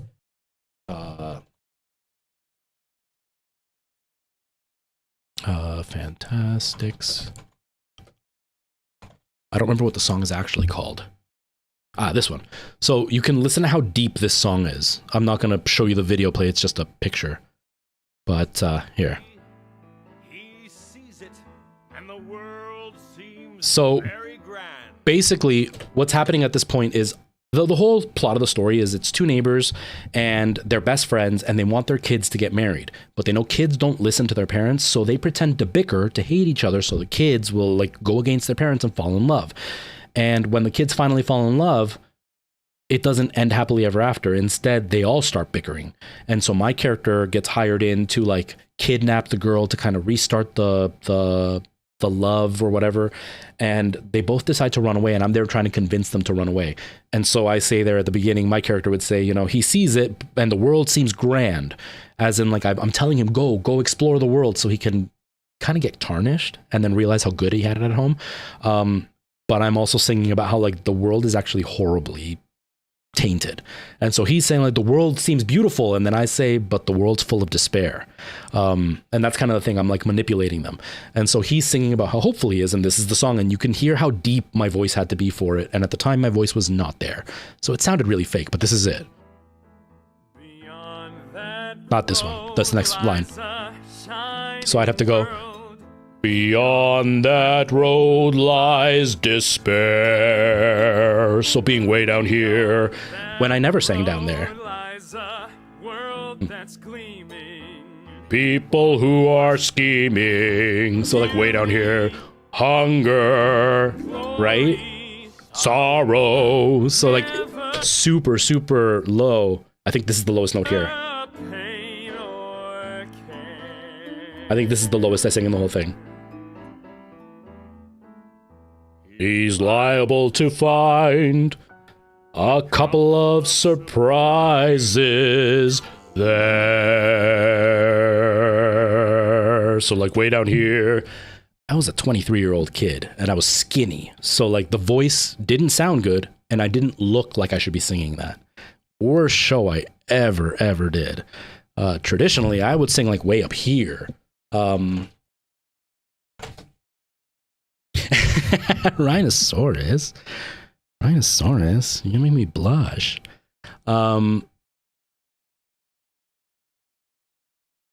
Yeah, I guess this is a good example.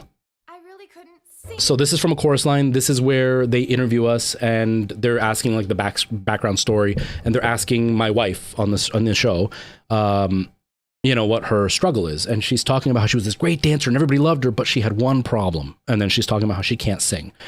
The thing is, our relationship in the show is that she is a bit of an airhead. And so I'm kind of the grounded one. And so when she stutters to say something, I always jump in and kind of fix it. So that's what I do in this show.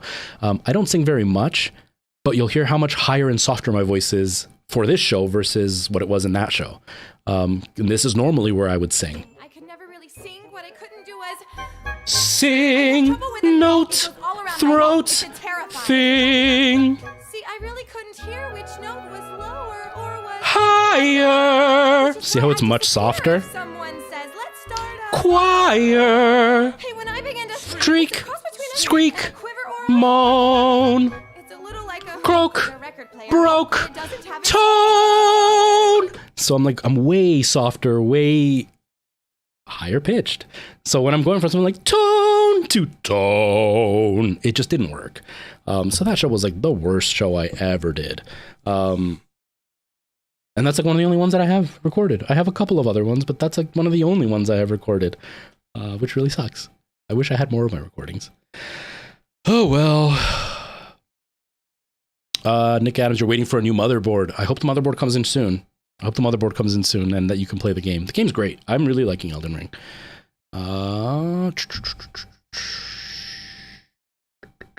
Where's my Instagram? I'm just going to look this up real quick, Weewin, and then I'll...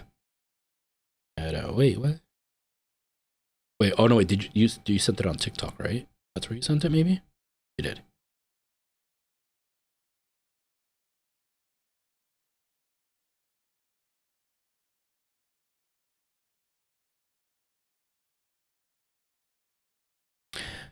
So these names, I actually don't recognize them. Funny thing is, yeah, you can't send pictures on TikTok, but I didn't get anything on Instagram. Nothing popped up. Yeah, nothing popped up on Instagram.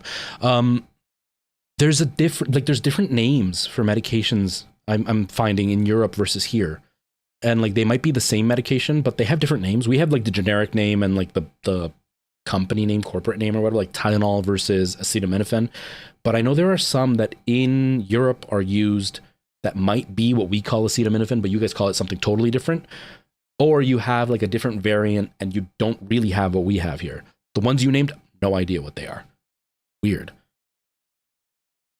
But yeah, that's it. I don't really have much more to say. But yeah, I miss acting. I'm hoping to get back into it. I'm hoping I have a chance to do some stuff. I've been keeping an eye out on some like local community stuff to audition for, just to get back into it, because my voice is nowhere near where it used to be. My voice really sucks right now. And I'm just not in the mental practice of having memorized scripts and stuff, so I'm going to be really, really rusty. So I need to kind of get back into it. So I'd rather do some like really, really amateur stuff. So at least if I suck, everybody else is also not going to be professionals, so it's okay. Before I start actually like auditioning for agents or like professional shows and stuff, because I'm not in a good place right now when it comes to my talent. But we'll see. We'll see. Thanks, Preston. I can definitely still sing. It's just I can feel where the muscle can't do what it used to do. Do you know what I mean? Like I saw a video of a guy doing yodeling, and he was showing kind of how he trains his yodeling voice, and he was talking about the break in his voice. And I worked really, really, really, really, really hard to stop the break in my voice, because there were so many songs that I would sing that would play right around that area, and I didn't want to go from like my chest voice to falsetto and back to my chest and falsetto, and with a guy you can really hear the difference. And so I worked really hard to break it, and now I don't have that break. And the problem is that now I can't enter falsetto very easily. And I don't know how to get it back. It's really, really frustrating. And so I can feel where I know where it should be, and I just can't get it there. That just doesn't go. Or like higher notes. I tried to sing the Grease song, Magic Changes, and I could almost not sing the song at all. And even straining and like being off pitch on the higher end notes, by the second verse, I was too exhausted to get through the song. And then when you get to the falsetto, can't even hit the first note. Can't even hit the first note, when that was like the reason I got the show, is because I could do that falsetto confidently without any problems. Now I can't do it at all. And I don't think it's that I lost the talent. I think it's like working out, right? Like when you've got a six pack and, you know, big biceps, and then you don't work out for 5 years, you're going to become flabby and everything. If you flex your abs, there might be some remnants there, but there's not abs like there used to be. I got to get back into that practice and get my voice back and get back into singing those higher pitch notes, because after I did the Fantastics, I worked really hard on my lower register, and I've got a much better lower register. Like I can get way down here. This isn't for singing, but I can make my voice deep and dark. And I worked really hard at like the rock stuff. Like I can do this real easy now. But I lost all the soft high end stuff, and I got to work on all that stuff again. Got to get those muscles back in place. You have the same problem? Yeah, it's really frustrating. And how did I stop the vocal crack? Honestly, just working. There it is. I got it now. Okay. All right. That's where we're going to check next. We win. That's where we'll check next. For tomorrow's, or none, for Tuesday's stream. But yeah, I got rid of the crack by honestly working on slides. Like I do the little, my voice used to crack right around the, right around there. It's really wavy right now because obviously no practice. But I would work on that really slowly. And when I would feel that crack coming, I would slow it down and go back down a little bit, then go up a little bit and like work on it until eventually the crack didn't happen. And now I can't do it. There's a few songs I used to sing that would have like a crack in it on purpose. And I can't do them anymore. It's really, really frustrating. There's that one song that was really viral on TikTok. I don't know if you saw it, Preston. Oh my God. It's the, oh my God, what's it called?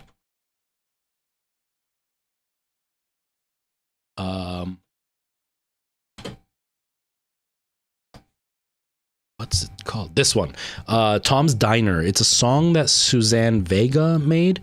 And then these guys, this like indie band did a cover of it, and it got really, really viral on TikTok because the guys' voices are so unique. It mainly blew up because the second guy, he sings with like this really deep growl and it comes out of nowhere. But it's so crazy that it sounds awesome. But the first guy sings with like a yodel crack in the singing. And when I was younger, I could do that really easily. I can't do it anymore. Like if I show you the little clip. First of all, the song is just sounds great. Hear it?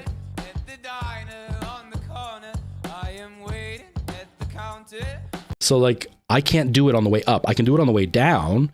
Like when he's like at the counter in the morning. Like I can't do that very easily anymore. So like the I am sitting, I lose control. I can't do it as easily. I've been practicing for the last like week, so I can trigger it a little bit now. But I used to be able to sing that vocal crack so easily, and I can't do it anymore. And then the reason the song went viral is because the next guy. Listen to this next guy. I'm waiting at the counter for the man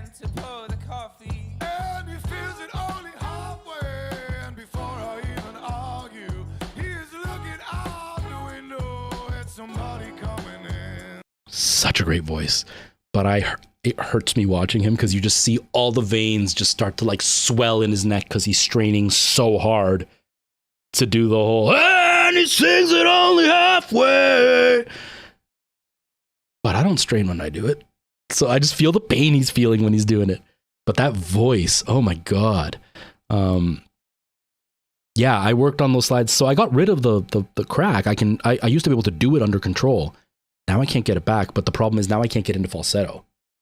And so it's really hard for me to like, oh, my falsetto is really broken and airy, and I can't even maintain the note. It's really, really hard for me to stay up there. Whereas before, I had a solid falsetto. Like my falsetto, there were times where like I'd be sitting with a soprano and I could, the lower end soprano stuff, I could sing the notes for them. And now I can't, and it really sucks. But I need to just work the muscles out. I need to get back into it. I stopped singing completely. I didn't sing in the car. I didn't sing at home. So I had no practice, right? So I got to get back into it. So that's why I want to do like the community theater stuff, because at least then there's no pressure of having to compete with other professionals. Instead, it's like the guy who's got a full-time job and the lady who's got a full family at home and isn't doing it except for something to do. Then I don't feel so bad that I'd suck. You know what I mean? Yeah, I did, and I don't anymore. I don't at all. No falsetto exists right now. And it's disheartening, but I'll get there. I'll get my voice back. It's just going to take some time. Now that I'm going to have a lot of time on my hands, I'll have the freedom to practice it, and hopefully I'll get good. I don't think I'll ever be as good as I used to be because I'm older. I lost so much time, so I feel like my muscles will never get to that level again. But I feel like I'm going to be okay. I think I'm going to do well enough that I'll be able to still outsing a lot of people once I get into it. It's just, who knows how long it'll take. But I'm not too worried. I'm excited for it. I'm excited for what's coming up. Anyways, I should stop. I got to get out of here. I got to go make some dinner. It's 5 o'clock now, and I have to thaw some chicken, the drumsticks, to get them ready for dinner, and then have something to eat, and then work tonight, because that really sucks. All right, everybody, have yourselves a great day. Thank you so much, everybody, for being here and hanging out with me. I had a really fun time. And yeah, I'll be back on Tuesday with some more Elden Ring, and we'll actually go explore that cave. And I have the weekend, so I'm going to try to level up a whole bunch. So hopefully I'm more overpowered so that I'm not getting my butt kicked as easily. And then we'll see what happens. Tara, thank you for hanging out. I appreciate you being here. I hope that you are able to finish the semester soon and get yourself a break. Wewin, Preston, Moa, Ginger, all of you, thank you so much for being here. And everybody over on TikTok, to you as well. See you later, TikTok. Have yourselves a great day. And YouTube and Twitch, yeah, I will see you all in a few days. Have yourselves a good weekend. Today's my Monday. I get to work all weekend. Not excited about that, but that's okay. I'm all right with it. And I will see you all on Tuesday. Have yourselves a really good day. Take care, everybody.